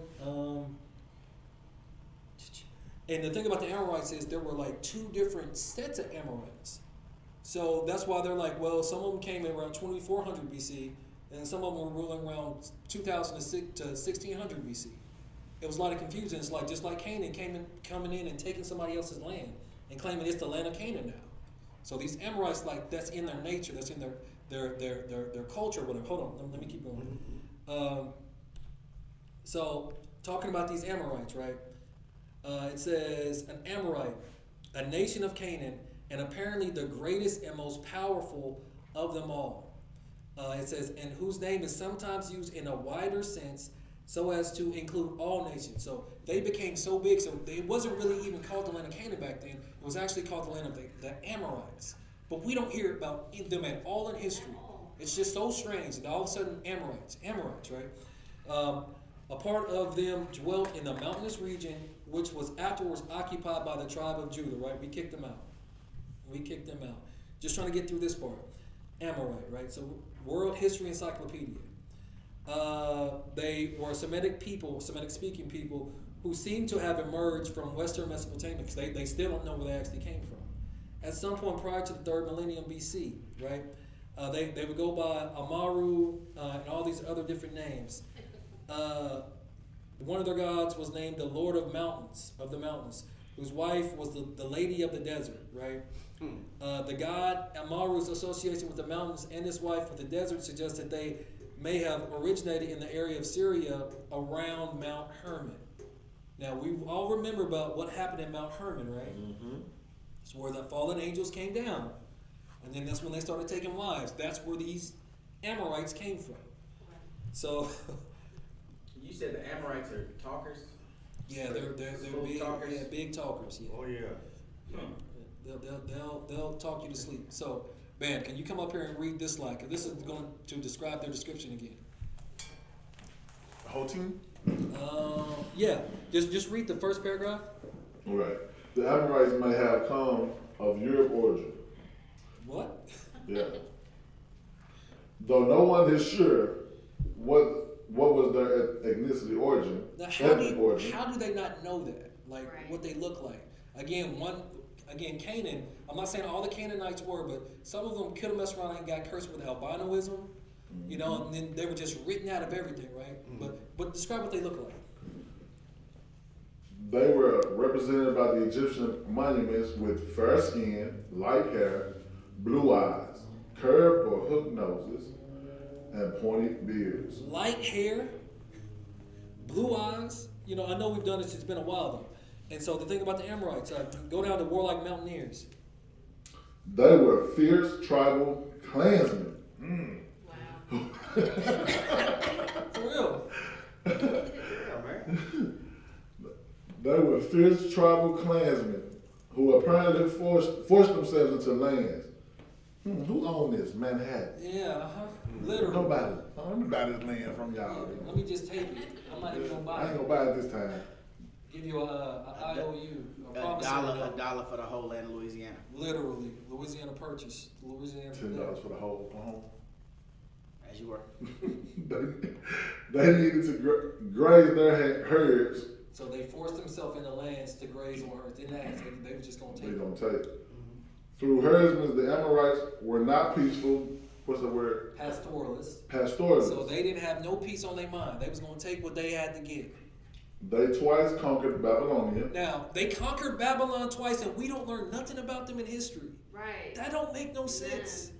That makes no sense at all. Because they're Zero. only teaching what you need to know on the test. Who controls what you need to know on the Right, test. right, but still though, like you learn about all these other people and you don't learn nothing about the Amorites. Oh, it's just a biblical fairy tale. But Okay. they know, and the fact is that they know who these people are. They just don't want us to know because once you start reading into it, Yes. like some of us, we do our own research.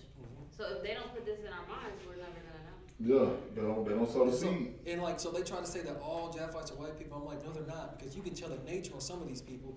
And they try not like in this awakening, they try to say all white people are Esau. No, they're not. Right. Like that's like the They furthest said- thing they from said the what? truth. That's what they try All to white say, that people are all Esau. white people are Esau. No, they're not. Because like El said, they mix with so many people. But this is the Amorites. Like the Amorites, though, they controlled Babylon twice. That's crazy. Like that would like Babylon, all that stuff. Like they would call all the peoples that lived in that area Amorites. That was called Amorite land, basically.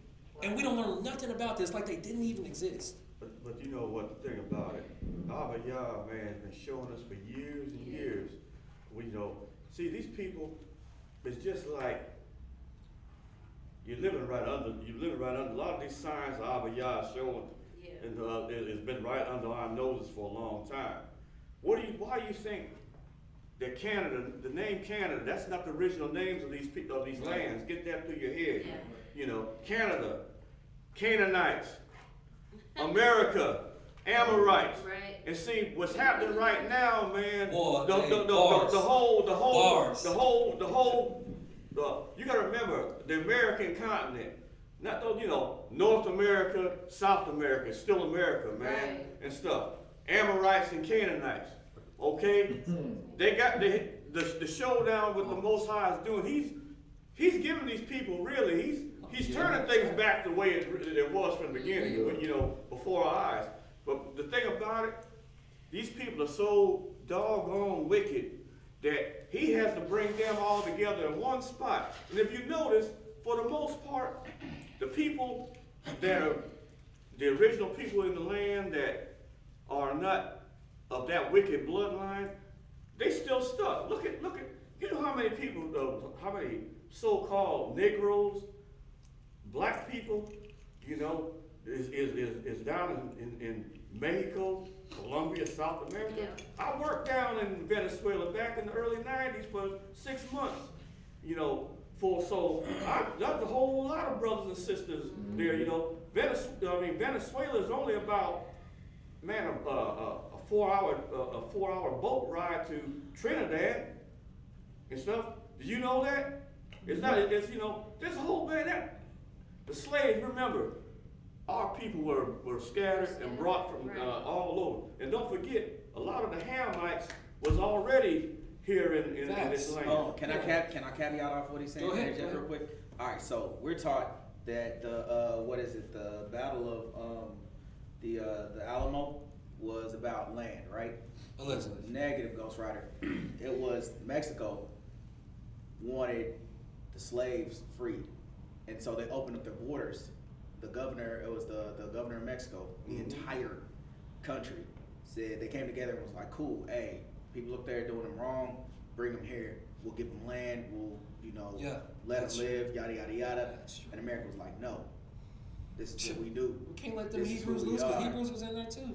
Exactly. So Was in there. it was a whole thing. Go on, brother Brandon. Go ahead, keep on, tell. No, that was the only interjection I had. It was just that it's ironic that that what's going on about people coming together and stuff like that, and them keeping us apart. What about Cinco de Mayo? That ain't even a New Year's. The 5th of May. What is that about? Cinco de Mayo. Nothing. That's going on the same thing with Mexico. That's not what their they were taught. What the Cinco de Mayo had to deal with.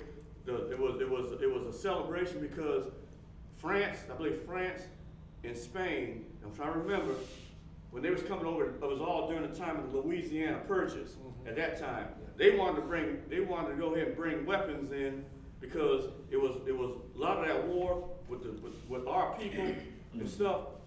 Trying to keep us over here in America. See, Mexico had a so-called black president at one time. They don't want to tell you that they, straight up Negro and stuff. Had several black, brothers that was fighting for freedom down there. They don't want to talk about all that. But if it wasn't for Mexico up there interrupting France and Spain with all the weapons that was coming in at that time, it would be a whole lot different. The world would be a whole lot different place. That's what the Cinco de Mayo was actually about. Is because they were fighting, a lot of the brothers that was down there at that time down in Veracruz, Mexico, which is actually, you had a lot of, now they've been kind of, mixed up a little bit now too, but there was actually dark complexion. All the coast of Mexico, all the way to Americas, all the way down to Brazil, was people looking like us. Look what happened, look what Argentina. Argentina was, you look at Argentina now, the face of Argentina, it's all whited out, mainly looking like Europeans. That was all highly melanated people down there. I tell you the history, the true history, brother. That's why you gotta read. And think about it, a lot of it is in the book still. If you get some of those old encyclopedias, like Roller, Funkin' Wagnos, a lot of those old encyclopedias, it has their history. That's why you can't trust everything that's on the internet, what they show, because as soon as the real deal comes through, and like us, we do the research. Thank y'all. All praise and glory to Him. But they changing the internet all the time, man, because once you learn and you start comparing it with the old encyclopedias, and man, the gig is up on them, man. They know it. The gig is up. Go ahead, Ben. They were first tribal clansmen who apparently forced themselves into the land. They needed to graze their herds through herdsmen. The Amorites were not peaceful pastoralists. They conquered Babylon twice. Babylonians. What's that? The Amorites, right here. The Amorites seem to have worshipped the moon god Sin and Amru. So if the Amorite is your father, then you worship in sin, the god of sin, literally. Okay. Known Amorites wrote in a dialect of Akkadian, found on tablets dating from 1800 BC, which shows some Northwest Semitic form of construction, right? And construction, right?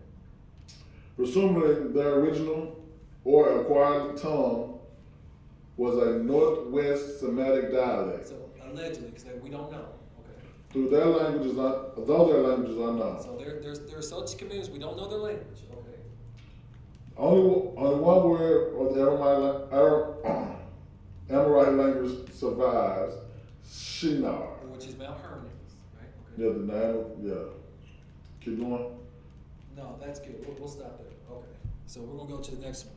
So this is what an Amorite would look like. So if I go to this one, right, it says, Aaron A. Burke has written, after more than a century of scholarship on Amorites, no real consensus has emerged on their origins, so they still don't know. Origins, identity, and cultural legacy. It remains the case that little dialogue occurs across geocultural zones or between scholars working on different historical periods. Furthermore, few efforts have been made to incorporate an anthropological approaches, right? So I'm going to skip down to what they look like again. The Amorites do indeed remain a mystery, but biblical anthropology provides some insights that should be considered, given that archaic languages in the Afro-Asiatic family share common consonant roots with different vowels. It is likely that Amorite is anglicized form of the word Amaru, like you were talking about, like Americans, right? The peoples of Amaru were related to and under the governance of the Nile rulers. Some lived in Egypt and are represented on ancient monuments as having fair skins, light hair, blue eyes, aquiline noses, and pointed beards. Right? Hold it right there. Okay, not too long. Okay, think about North Dakota. Have you been up there? I've never been to North Dakota. Okay, right there. You go up there to right there to North Dakota. You got Canada right across on the border. North Dakota. Okay. Look at where those the figures of the heads. Washington and The monument. Rushmore? it's in the Rushmore, man. Oh. It's right there, man. Canada. Look here, these people. Y'all showing us, man. These people who you dealing with, your enemy. They're mountain worshipers. They was up there fighting the Sioux Indians for that land. They own that land where Mount Rushmore is. Those ain't those, and that they take people's lands. I'm gonna leave it right there. Just keep it in your head. Who you dealing with, bro? That's good. It says Henry George Tompkins, 1897, a member of the Royal Archaeological Institute, wrote that the Amorites were blue-eyed and had fair-haired. Egyptologist Flinders Petrie and Assyriologist Archibald Sauce believe that the Amorites were white with blue eyes and fair hair, according to Sauce, the Hittites. So this was a book about the Hittites, and I'm talking about Amorites. The Amorites were a tall, handsome people with white skins, blue eyes, and reddish hair, all the characteristics, in fact, of the white race. So all of these are different quotes and sources of what the Amorites actually look like, right? So I know we've gone that, this is just a recap. So jump into Ezekiel 35. My bad. Moreover, the word of Yahuwah came unto me, saying, Son of man, set thy face against Mount Seir, and prophesy against it, and say unto it, Thus said Yahuwah Allah, Behold, O Mount Seir, I am against thee, and I will stretch out my hand against thee, and I will make thee most desolate.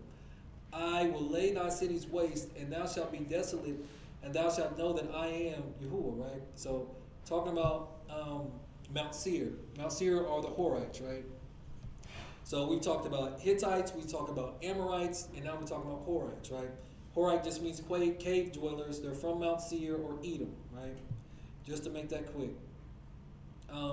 They were also allegedly really tall, and they were really hairy, very hairy, right? Also, just to make it quick, they're also the Neanderthals. Those are the ones you want to think of, right? Because they would just stay in caves. But all of these different people, like Elder was saying, mixed together, right? So you can't just say it's predominantly just one race, Right. or one group, because it's Edomites, it's Hittites, and it's Amorites and Horites that have all come together to be one, right? But the Amorites were always the chief people of the peoples in Canaan, because they would just come in and just take it by force. They would take the kingdoms by force. And this describes the Horites. The Horites were also known as, quote unquote, it says, Hor or Horite has sometimes been explained to mean cave dweller. It is more probably, however, denotes the white race. All these are just different sources, right?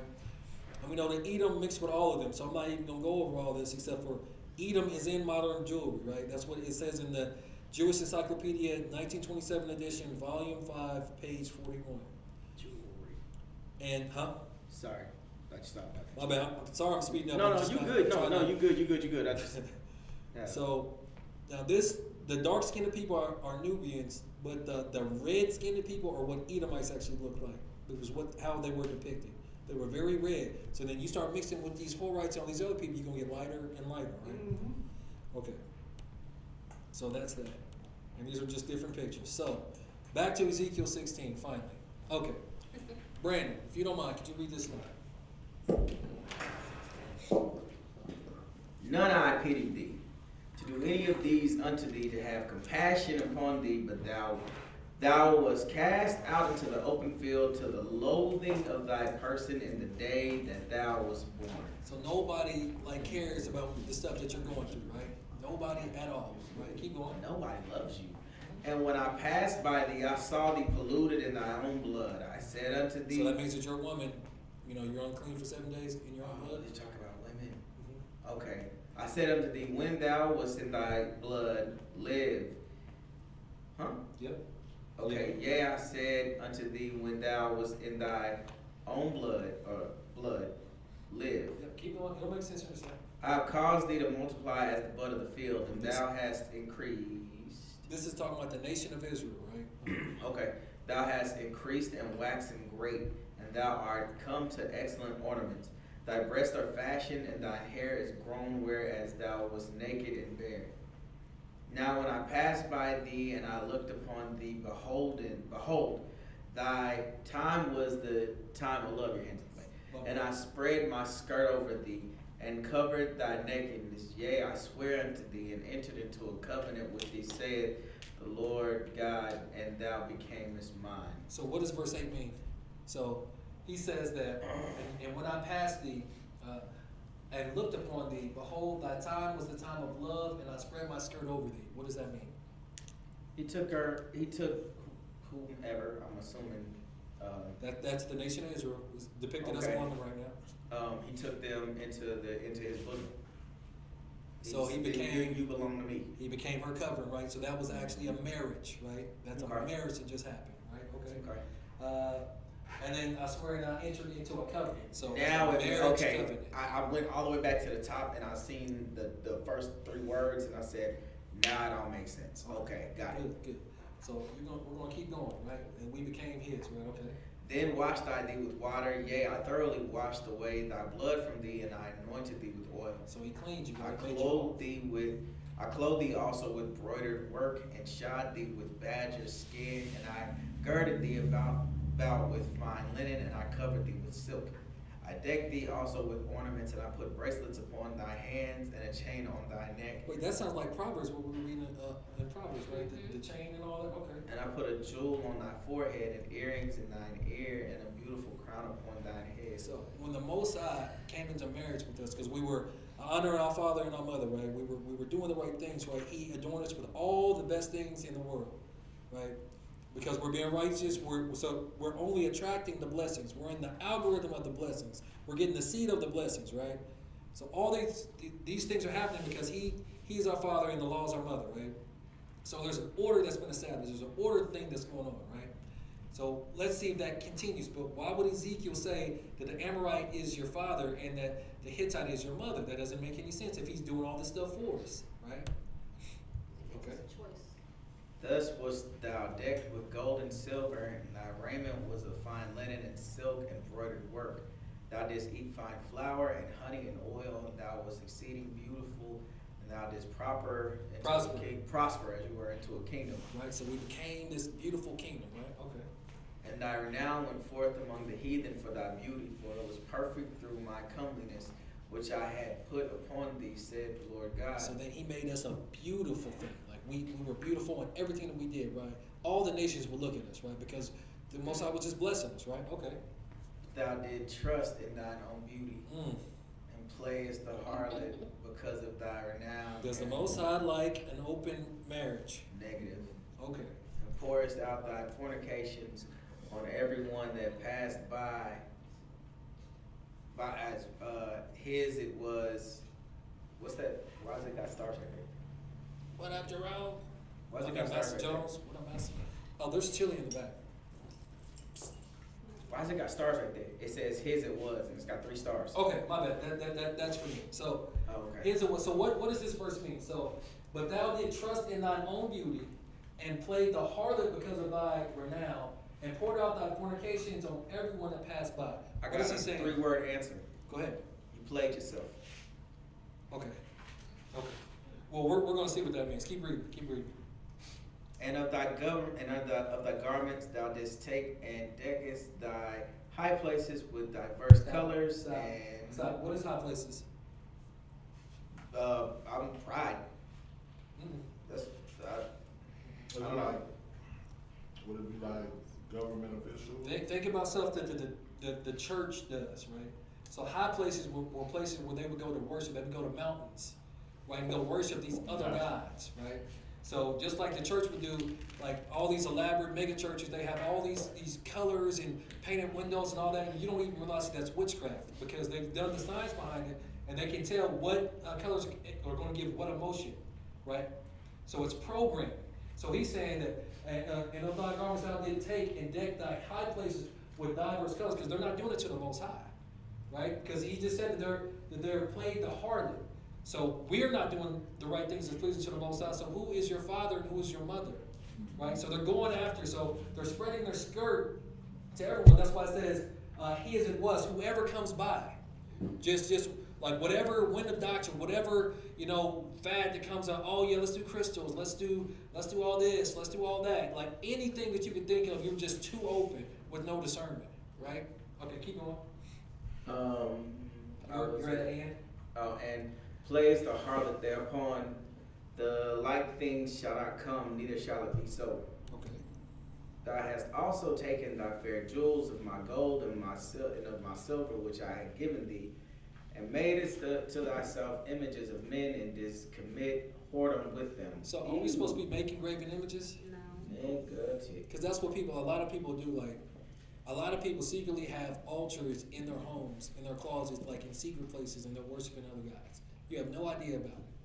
But that was happening then. I guarantee you that's happening now. I remember Tom Brady was talking about how in their house, his wife, and she's a witch, she was a witch, his ex-wife, she has an altar in their house, and then she would let him know what he would have to do in order for him to win a Super Bowl.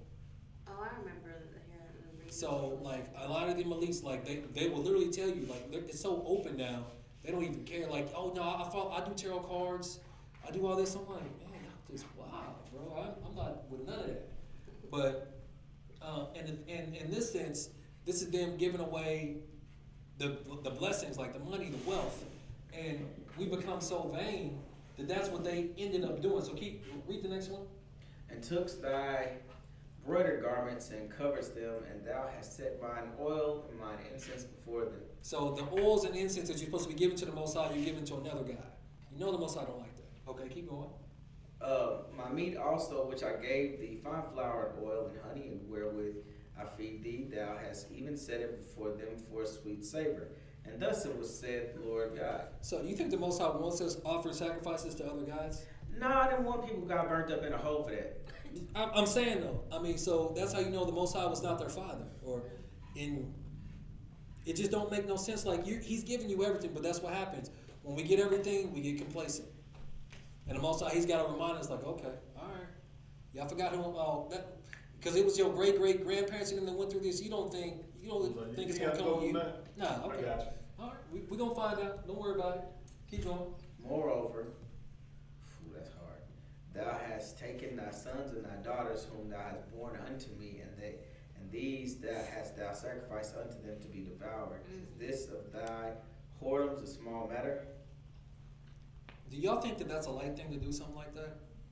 And the crazy thing is not even I don't look at it like a physical thing. I look at it like you're leading your children. That too. You're showing this to my kid's mom. And you walk into her house. I thought she had a big old spider on her wall. I looked up, it was a broom. It was a what? Broom. A room? Yeah, It's a specific type. It's not one you buy at the store. Mhm. Yeah, she bought it, but Which is it is a specific type of broom. I was like, going flying? She was like, hopefully. Oh. I said, roger that. But as per I have to give her visitation. Man, the system crazy, boy. So the children that they gave over and they sacrificed, right? That's what it just said. Now, would any of y'all sacrifice y'all kids? I'm just asking. I just need to know something. I'm just trying to see something. Nah. Abraham was strong. Say what? Man, Boy. I was just thinking. I couldn't even think of his name. I was just thinking about it though. So that makes you think like who were they worshiping? Go ahead. So how many of us sacrifice out of ignorance? I mean, come on now. Look at Martin Singer, that's related to Bill Gates. Right. And all Devil trust that. not enemy. You're right. But now look here. Where's all the abortion clinics at? Aren't they pretty much in? Yeah, yeah. Go ahead. I ain't getting into that. Come on, brother. Yeah, we're about to touch that now. So who are they worshiping? Right? Moloch. Moloch or Molech, right? It can also be spelled M-O-L-E-C-H or M-O-L-O-K. There's different ways you can spell it, right? They were worshiping Moloch. We're going to go to Leviticus 18. We're going to read verse 21. The Most High says, "And thou shalt not let any of thy seed pass through the fire to Molech, neither shalt thou profane the name of thy God. I am Yahuwah." So he's telling us point blank period, like, I ain't supposed to be doing that. But that's what Ezekiel's saying that we were doing back then. You know we're doing it now. He done already hit the nail on the head. We're going to go to Leviticus 20, and I'm going to read verses 1 through 5. "And the Lord spake unto Moses, saying, Again, thou shalt say to the children of Israel, Whosoever he be of the children of Israel, or of the strangers that sojourn in Israel, that giveth any of his seed unto Molech, he shall surely be put to death. The people of the land shall stone him with stones." And we live in a whole nation, and basically a whole world where abortion is legal. But, Bible Belt, all these different states, and like, how are you supposed to be the Bible Belt and God-fearing nation, this is that, and then that's legal? Right. That don't even add up. So who is your father? Not right now. Who is your father and your mother? It says, "And I will set my face against that man, and will cut him off from among his people, because he hath given his seed unto Molech, to defile my sanctuary, and to profane my holy name." Right? So the Most High, he don't like that. Then it says, "And if the people of the land do in any ways hide their eyes from the man," so they just act like they didn't see it, "when he giveth of his seed unto Molech, and kill him not, then I will set my face against that man, and against his family, and will cut him off, and all that go a whoring after him, to commit whoredom with Molech from among their people." So, okay, so y'all don't want to punish that guy, y'all don't want to put him to death. I'm coming after everyone in his family. You wonder why people be having these generational curses that won't stop? You got someone in your family that keeps doing these abortions, and that's what goes on. Now go ahead. I just wanted to finish that slide. I got a question for you. Yes, sir. Yes, sir. I'm asking. Yes, sir. I'm putting it out there to all of us here in fellowship. For example, it says, your seed, your child that you have, your child you have, as men, as men of Israelite blood and descent, Yes, your sir. seed to Molech. Now Yes, what about if, I'm gonna use an extreme, one of our Ishais, our women, our wives, get raped by one of these here Amorites, Canaanites, whatever. Okay, he said our seed. You hear me, Brother Ben? You hear me, my brother? He said our seed. Still ain't supposed to kill it, man. That's Okay, still half Israel. now, well, we go ahead and kill the seed of that man that raped our woman. And what about that? That's not my seed. That's not your seed. That's that wicked. If y'all hate that child that much, then just give it up for adoption. But like, why kill it though?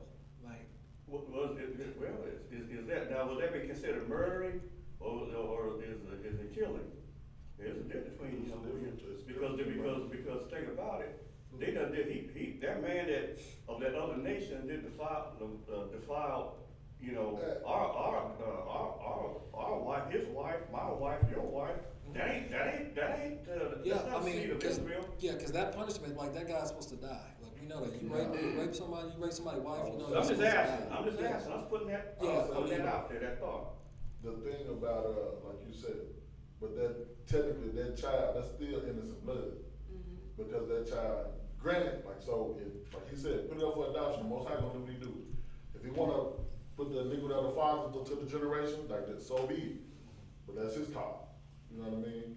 That's why I feel. Okay, but you said something right there that made sense. It clarifies something with the brother, innocent blood he brought. Because when you start thinking about that's not the seed if he goes in from this other, that's not, you know, And then you got to think, a lot of us, somewhere in our lives, because we're the seed of oppressors, came from those seeds. Yes. Somewhere in there. So if they would have done that, we wouldn't even exist. Exactly. And the Most High, for this time, He's actually reestablishing the bloodlines, right? We're mixing back into where we're getting stronger DNA, stronger heritage again. And like you were saying about grafting in, right? It's amazing how if we would have done what we were supposed to do from the beginning, Ginton. we wouldn't have had to deal with this. Right. However, we are spawns of these disrespectful people, and we're the descendants, and we got to deal with it. You know, like you said, okay, so a lot of times, the grandpa, grandma, you know, like they went through a little hardship, you know, then you got 2 generations hit, they sell the sweet. Now we didn't get that sweet spot, like Ham.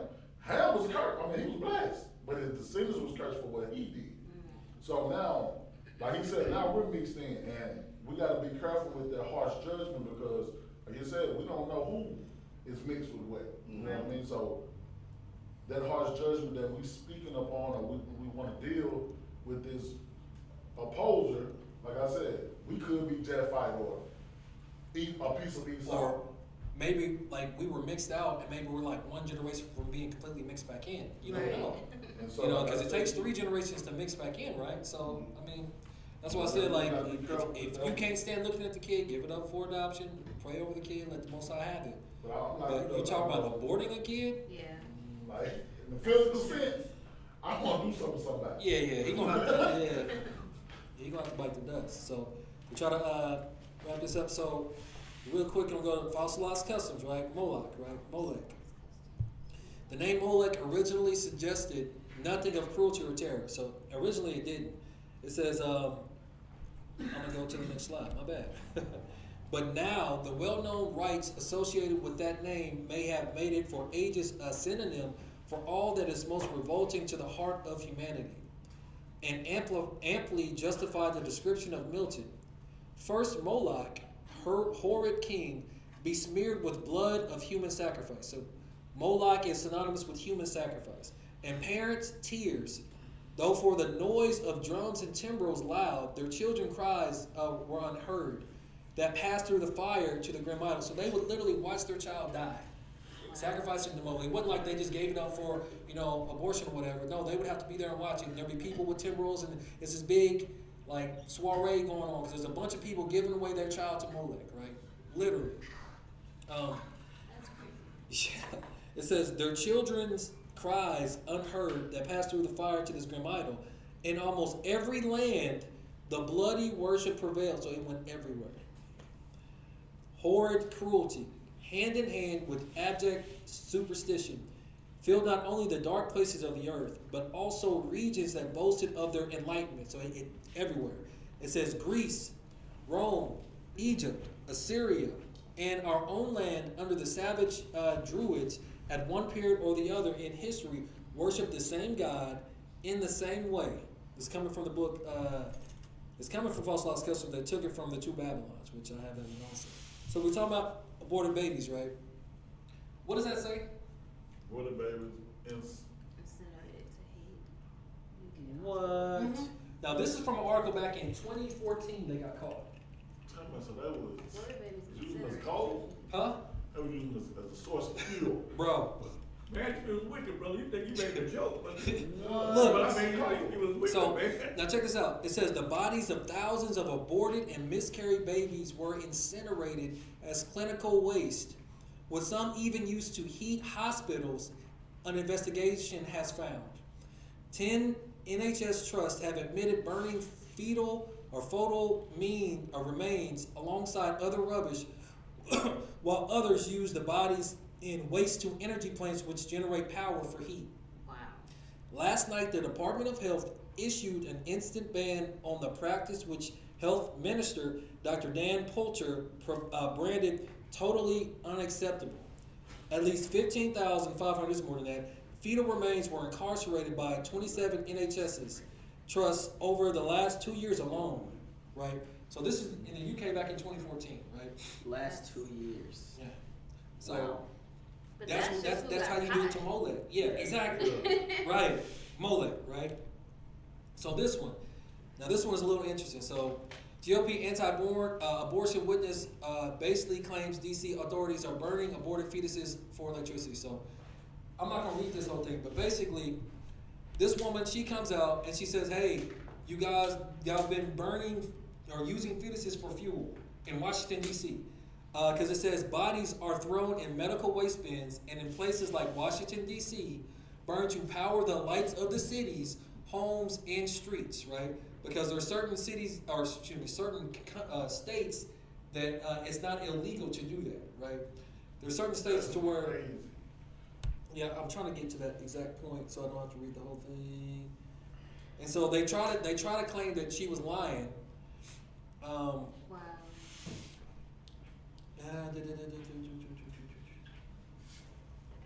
Where's it at?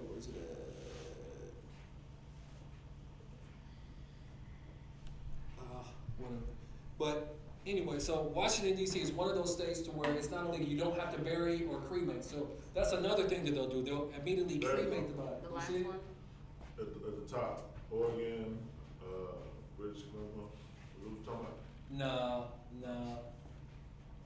But it does say human victims Yeah. of abortion are treated as medical waste by abortion businesses, and medical waste is routinely incinerated as part of waste to energy programs. We just read that in UK. Connect the dots.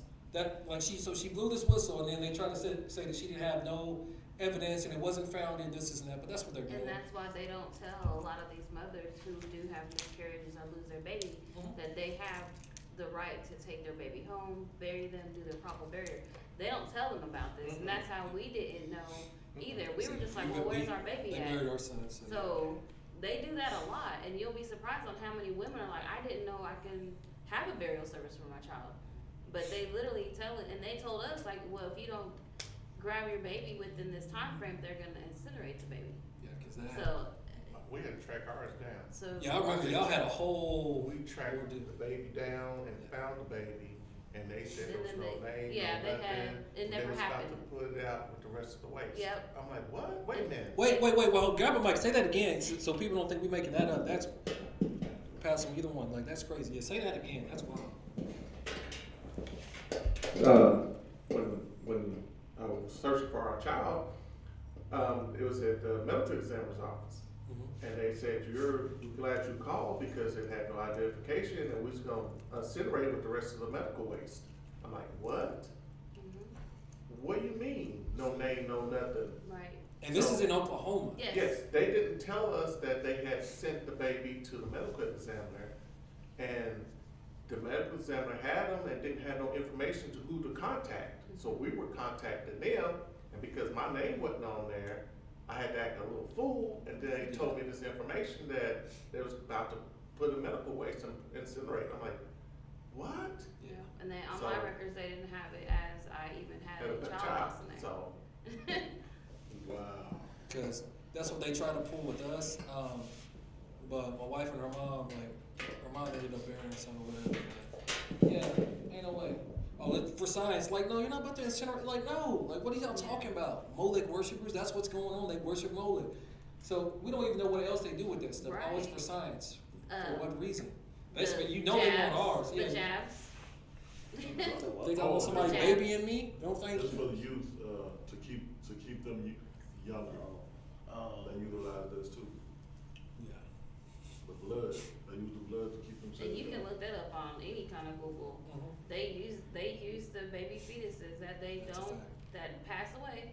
They use their cells to do those. Sunscreen lotion also they make Mm-hmm.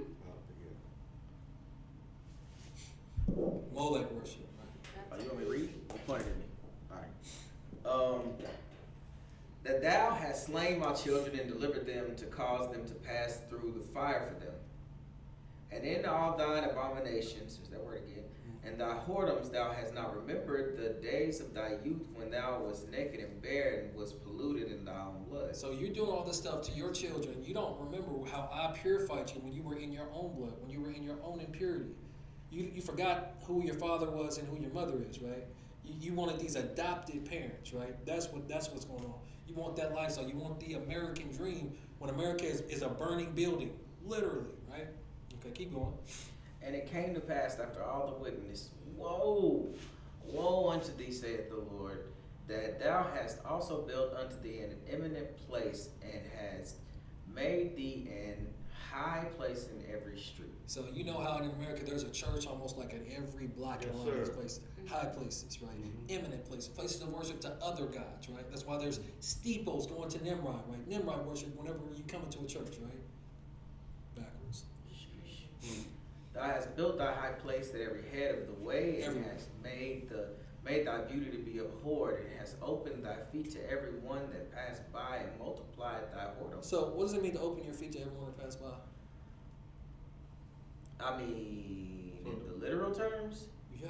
What does that mean? you giving it out. Huh? So that's Yeah, you a whore. Like what you mean? Like you get anybody can get it. open up. Getting ran through. She's spreading them legs. Oh. Because I it didn't says, think of and that. multiply thy whoredoms right behind it. Wow. She easy. You know what I thought you talking about when you was like when Moses had to take his shoes off. No, that's a whole different seed. No, that's a different seed, bro. That's a different seed. No. So he's talking about, like, again, to every one of doctrine, to every other God except for the Most High, you want to just spread them. Like, you just easy, you just fast, you just strange. Thou hast also committed fornication with the Egyptians, thy neighbors, great of flesh, and hast increased thy whoredoms to provoke me to anger. Behold, therefore I have stretched out my hand over thee, and have diminished thine ordinary food, and delivered thee unto the will of them that hate thee, the daughter of the Philistines, which are ashamed of thy lewd way. So Thou hast you talk about toxicity, right? Now the Most High, he's a father, but he's also a husband in this sense. Sees his wife doing all that, you want to just give it to everybody but me? Okay. You think you gonna eat? Oh, nah. Oh, some Roman noodles. you don't like her, right? Y'all don't like them people. Don't worry about it. They gonna rule over you. Toxic. We think we can be toxic. Nah, no way. Not compared to that. Keep going. Thou hast played the whore also with the Assyrians, because thou wast unsatiable. Oof, sheesh.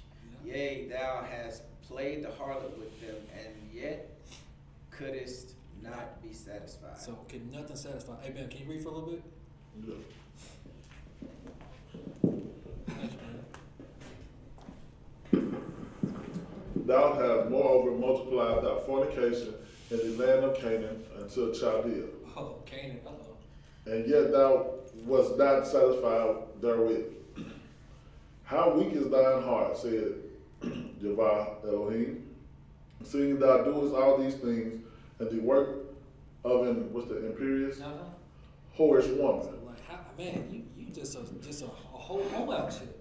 Just Oh, doing a hole's work. Okay.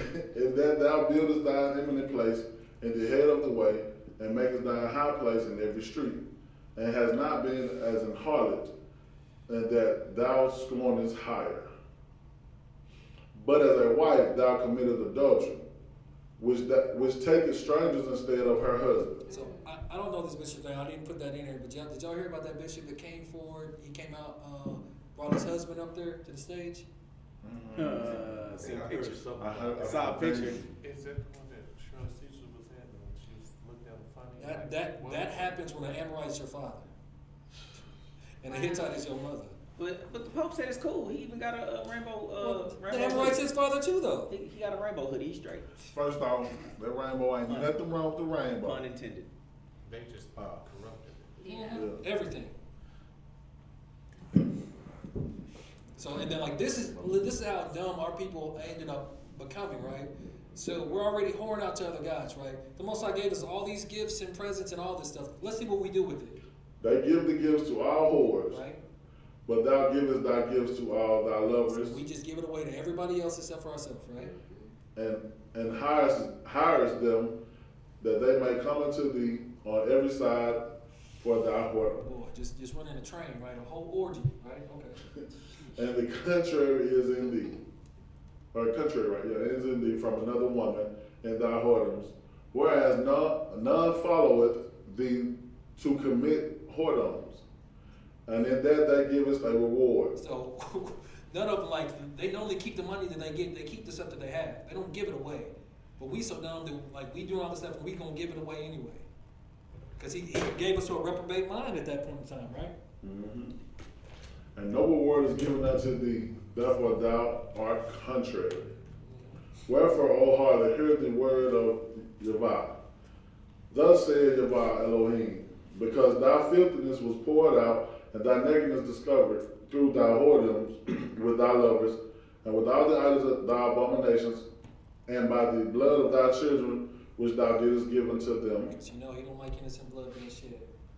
Behold, therefore I will gather all thy lovers with whom thou hast taken pleasure, and all them that has loved with all them that thou hast loved with all them that thou hast hated. So he getting all the people that you love and all the people that you hate. What you Every, a lot of that, everybody. I will even gather them around about against thee, and will discover thy nakedness unto them, that they may see all thy nakedness. So they gonna see everything. You ain't gonna, you're gonna be bare.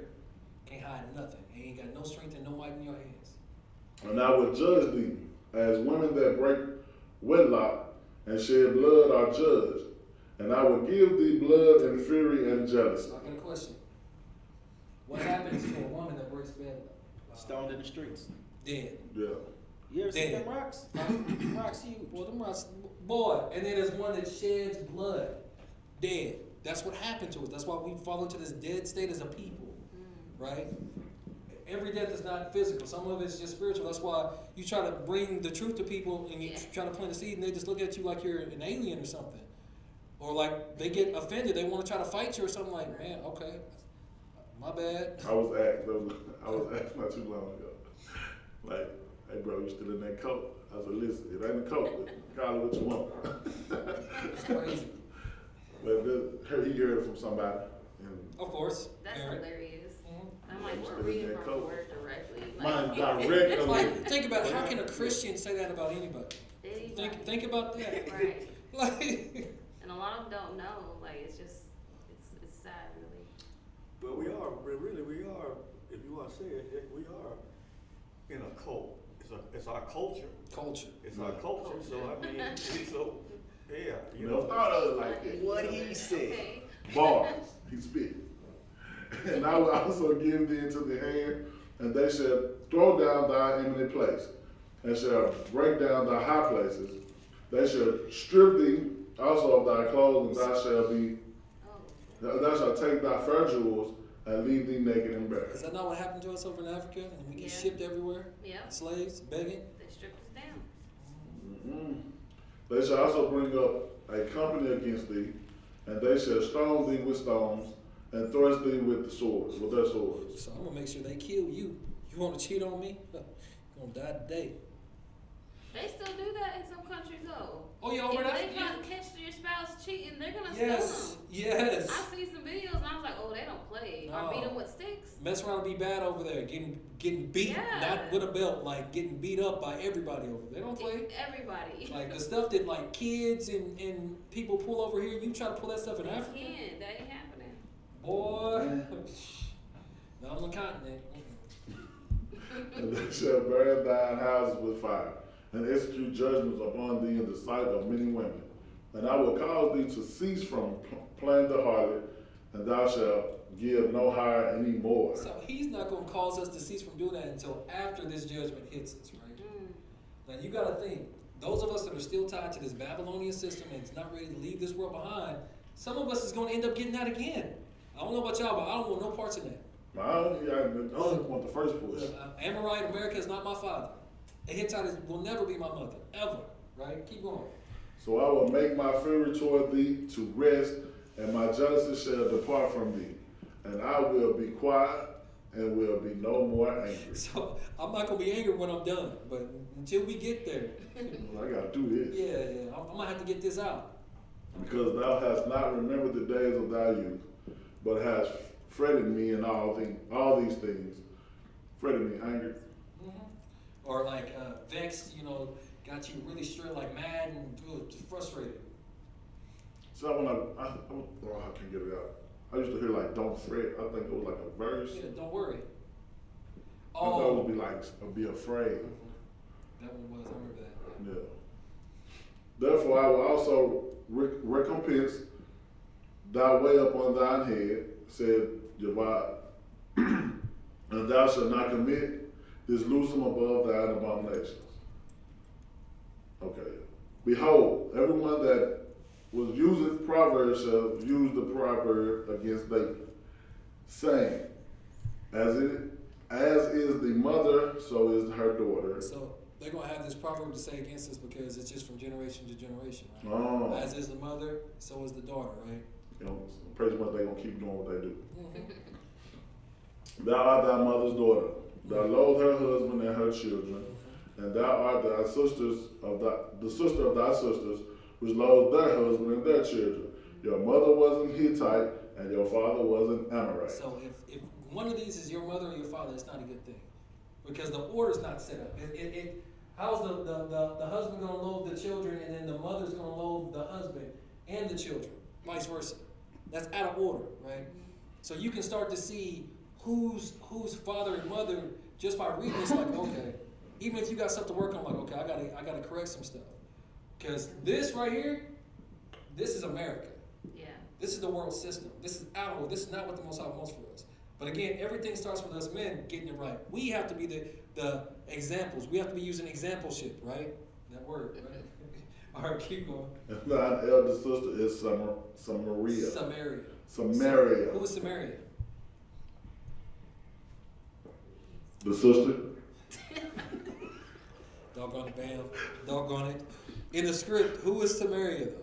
So Samaria. Oh, Israel. Yes, Judah. the northern. No, that's the southern kingdom. Okay. Judah is the southern kingdom. Samaria is the northern kingdom of Israel, Gotcha. right? Because they split up, right? Gotcha. And Samaria had already gone whoring to other gods. Yeah. Right. I remember we was reading the verse. He was talking about you and your sister. But it's probably what the Yeah, verse. keep going. So just start at the beginning of that verse. And thine elder sister is Samaria. She and her daughters that dwell at the left hand, and thy younger sister. So who do you think the young sister is? Don't look at the screen, Bam. I know you was about to. Who do y'all think the sister is? Egypt. Huh? Solomon. You read it. Okay, go ahead. I did. I read it. I know. But Go ahead. you know, if you ain't cheating, you ain't trying. Yeah. Oh. Younger that dwell at the right hand is Sodom and her daughters. So how wicked you gotta be wow. for Sodom to be your sister? Like, he But I bring mean, down fire, kill people. even if I hadn't read it, that was the next thing in my thoughts because everything is bad. The rebellion. You have not walked after their ways, nor done after their abominations. But as if thou were a very little thing, thou hast corrupted more than in all thy ways. So you didn't even walk after their ways, but that's still your sister. They're both still your sister, right? So what could they have done? Okay. As I live, said Jehovah, Sodom thy sister had not done, she nor her daughters as thou hast done, nor and thy daughters. So Sodom wasn't even as bad as the southern kingdom of Judah was at this time. That's crazy. He destroyed them with fire. That don't even make sense. Sodom and Gomorrah, all those cities got destroyed, but Israel, the southern kingdom of Judah, became more wicked than that because they had a different parentage. So that means a different heritage, a different lineage. So y'all know right? that. Yeah, you know, but go ahead, Lil. Is this right here? Because our great uncle, man, our ancestor, old Zeke, his prophecy, man, was, when you have to start really rightfully dividing it. You know, even though they was kind of wicked at this time, but they still aren't as wicked as we are today. Oh. Because when Ezekiel was talking about the prophecy, when he spoke about, the dragon, which is China, and he was talking about Edom, and they were going to join alliance. Is not those two countries pretty much in alliance? So that at that time, Edom and the dragon, China, they weren't buddies at that time. They was up there trying to take as much conquer as they could at the time of this It's writing. really funny that he said China because, like, we read that the Hittites were Mongoloid. Asians are Mongolian. Mongoloids. Yeah, That's what Asians are. Wow. I was gonna say that, but I'm gonna wait till it was already. Yeah, that's crazy. That was a good one. That was a good one. Oh, go ahead. Where you at? I'm off of it. You sure? Yes, sir. All right, let's finish this strong. Okay, go ahead. Behold, this was the iniquity of thy sister Sodom. Pride, fullness, fullness of bread, my bad. So they were gluttonous, eating too much. Abundance of idleness was in her So not doing nothing, wasting your time. and her daughters. Neither did she strengthen the hand of the poor and needy. So you read some of the books that were taken out, and you learn that, of course, they were doing they're the reason behind Pride Month. We'll just say it like that. But strangers would come, and then they wouldn't give them food, they wouldn't give them raiment, they would steal everything they had, they would tie them down to where they couldn't get away and wait till they died, and then they would take the stuff. Like, when you talk about wickedness, Sodom was up there. But Ezekiel saying Israel was worse than that. That don't even make sense. You tried to rape angels.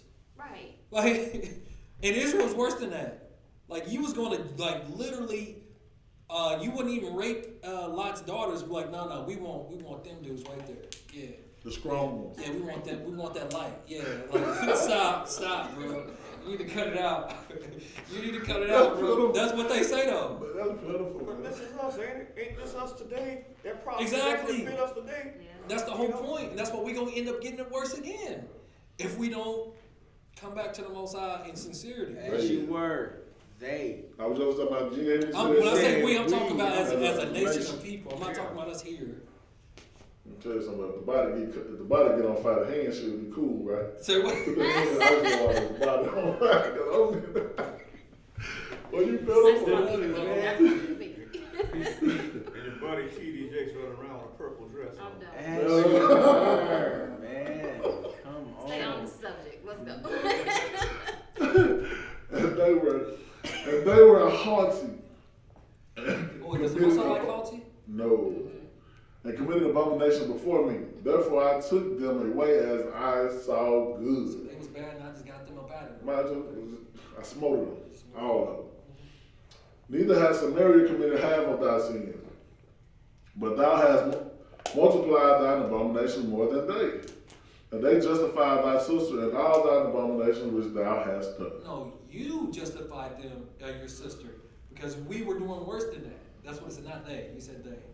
But yeah. Oh, thou. Oh, my bad. I did So that. Samaria was justified because the southern kingdom, was more wicked or is more wicked than they are. Right? Because we are the we're the king tribe, right? Mhm. Judah, Benjamin, and Levi, also the priestly tribe, right? Okay, keep going. Thou also which hast judged thy sisters, bear thine own shame for thy sins, that thou hast committed more abominable than they. They are more righteous than thou. Yea, be thou confounded also, and bear thy shame in that thou hast justified thy sisters. So y'all justified them, right? Okay, we're almost done. We got 2 slides. That's it. Now, these a lot of verses. So I can get this. I'm standing there right. Yeah. So it says, "But I shall bring again their captivity, the captivity of Sodom and her daughters, and the captivity of Samaria and her daughters. Then will I bring again the captivity of thy captives in the midst of them." So there's something that's going to happen to where everybody's going to go back to where they originally came from, and we're starting to see Sodom and all of these people that were scattered in different places, including Samaria.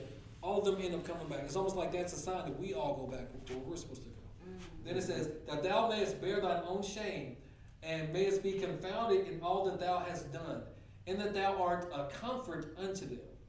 When thy sister," that ain't my sister, by the way, "Sodom and her daughters shall return to their former estate, and Samaria and her daughters shall return to their former estate. Then thou and thy daughters shall return to your former estate." Because the Most High, He does things in cycles. So when our iniquity is all done and whatever, we go back, everybody's going to start going back, and the natural order of things are going to be restored.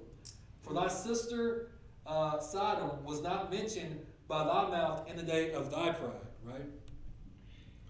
Okay, then it says, "Before thy wickedness was discovered, as at the time of thy reproach of the daughters of Syria, and all that are round about her, the daughters of the Philistines, which despise thee round about. Thou hast borne thy lewdness and thine abomination, saith Yahuwah. Thus saith Yahuwah Elohah, I will even deal with thee as thou hast done, which has despised the oath and breaking the covenant. So that's what he did. We despised it and broke it, so he broke us off. Nevertheless, I will remember my covenant with thee in the days of thy youth. So you remember how good we used to be.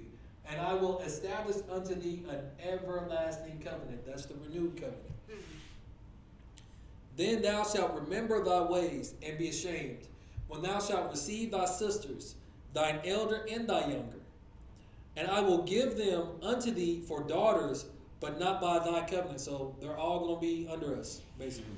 And I will establish my covenant with thee, and thou shalt know that I am Yahuwah, that thou mayest remember and be confounded, and never open thy mouth any more because of thy shame, when I am pacified toward thee for all that thou hast done, saith Yahuwah Allah.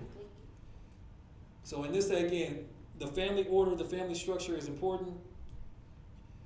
We got to strive towards perfection, repent and die daily, and man, just work on it. I mean, it ain't like anybody here is perfect. So that spirit of pride, we gotta dead that ASAP, myself included. But that's all I got. That make sense? Mm-hmm. Okay. I gotta, Go ahead. So, cause I was like, he just was pretty much saying like, okay, y'all worse than these people. Then he go list what they did. Oh yeah, he gonna let you know. And he's like, but y'all worse than them, and then list that they did. Yeah. And it's like, it wasn't probably the so-called act that they was doing, but it's like they turned their heart away from the Most High. Oh. And that's worse than any act, is turning your heart away. Man.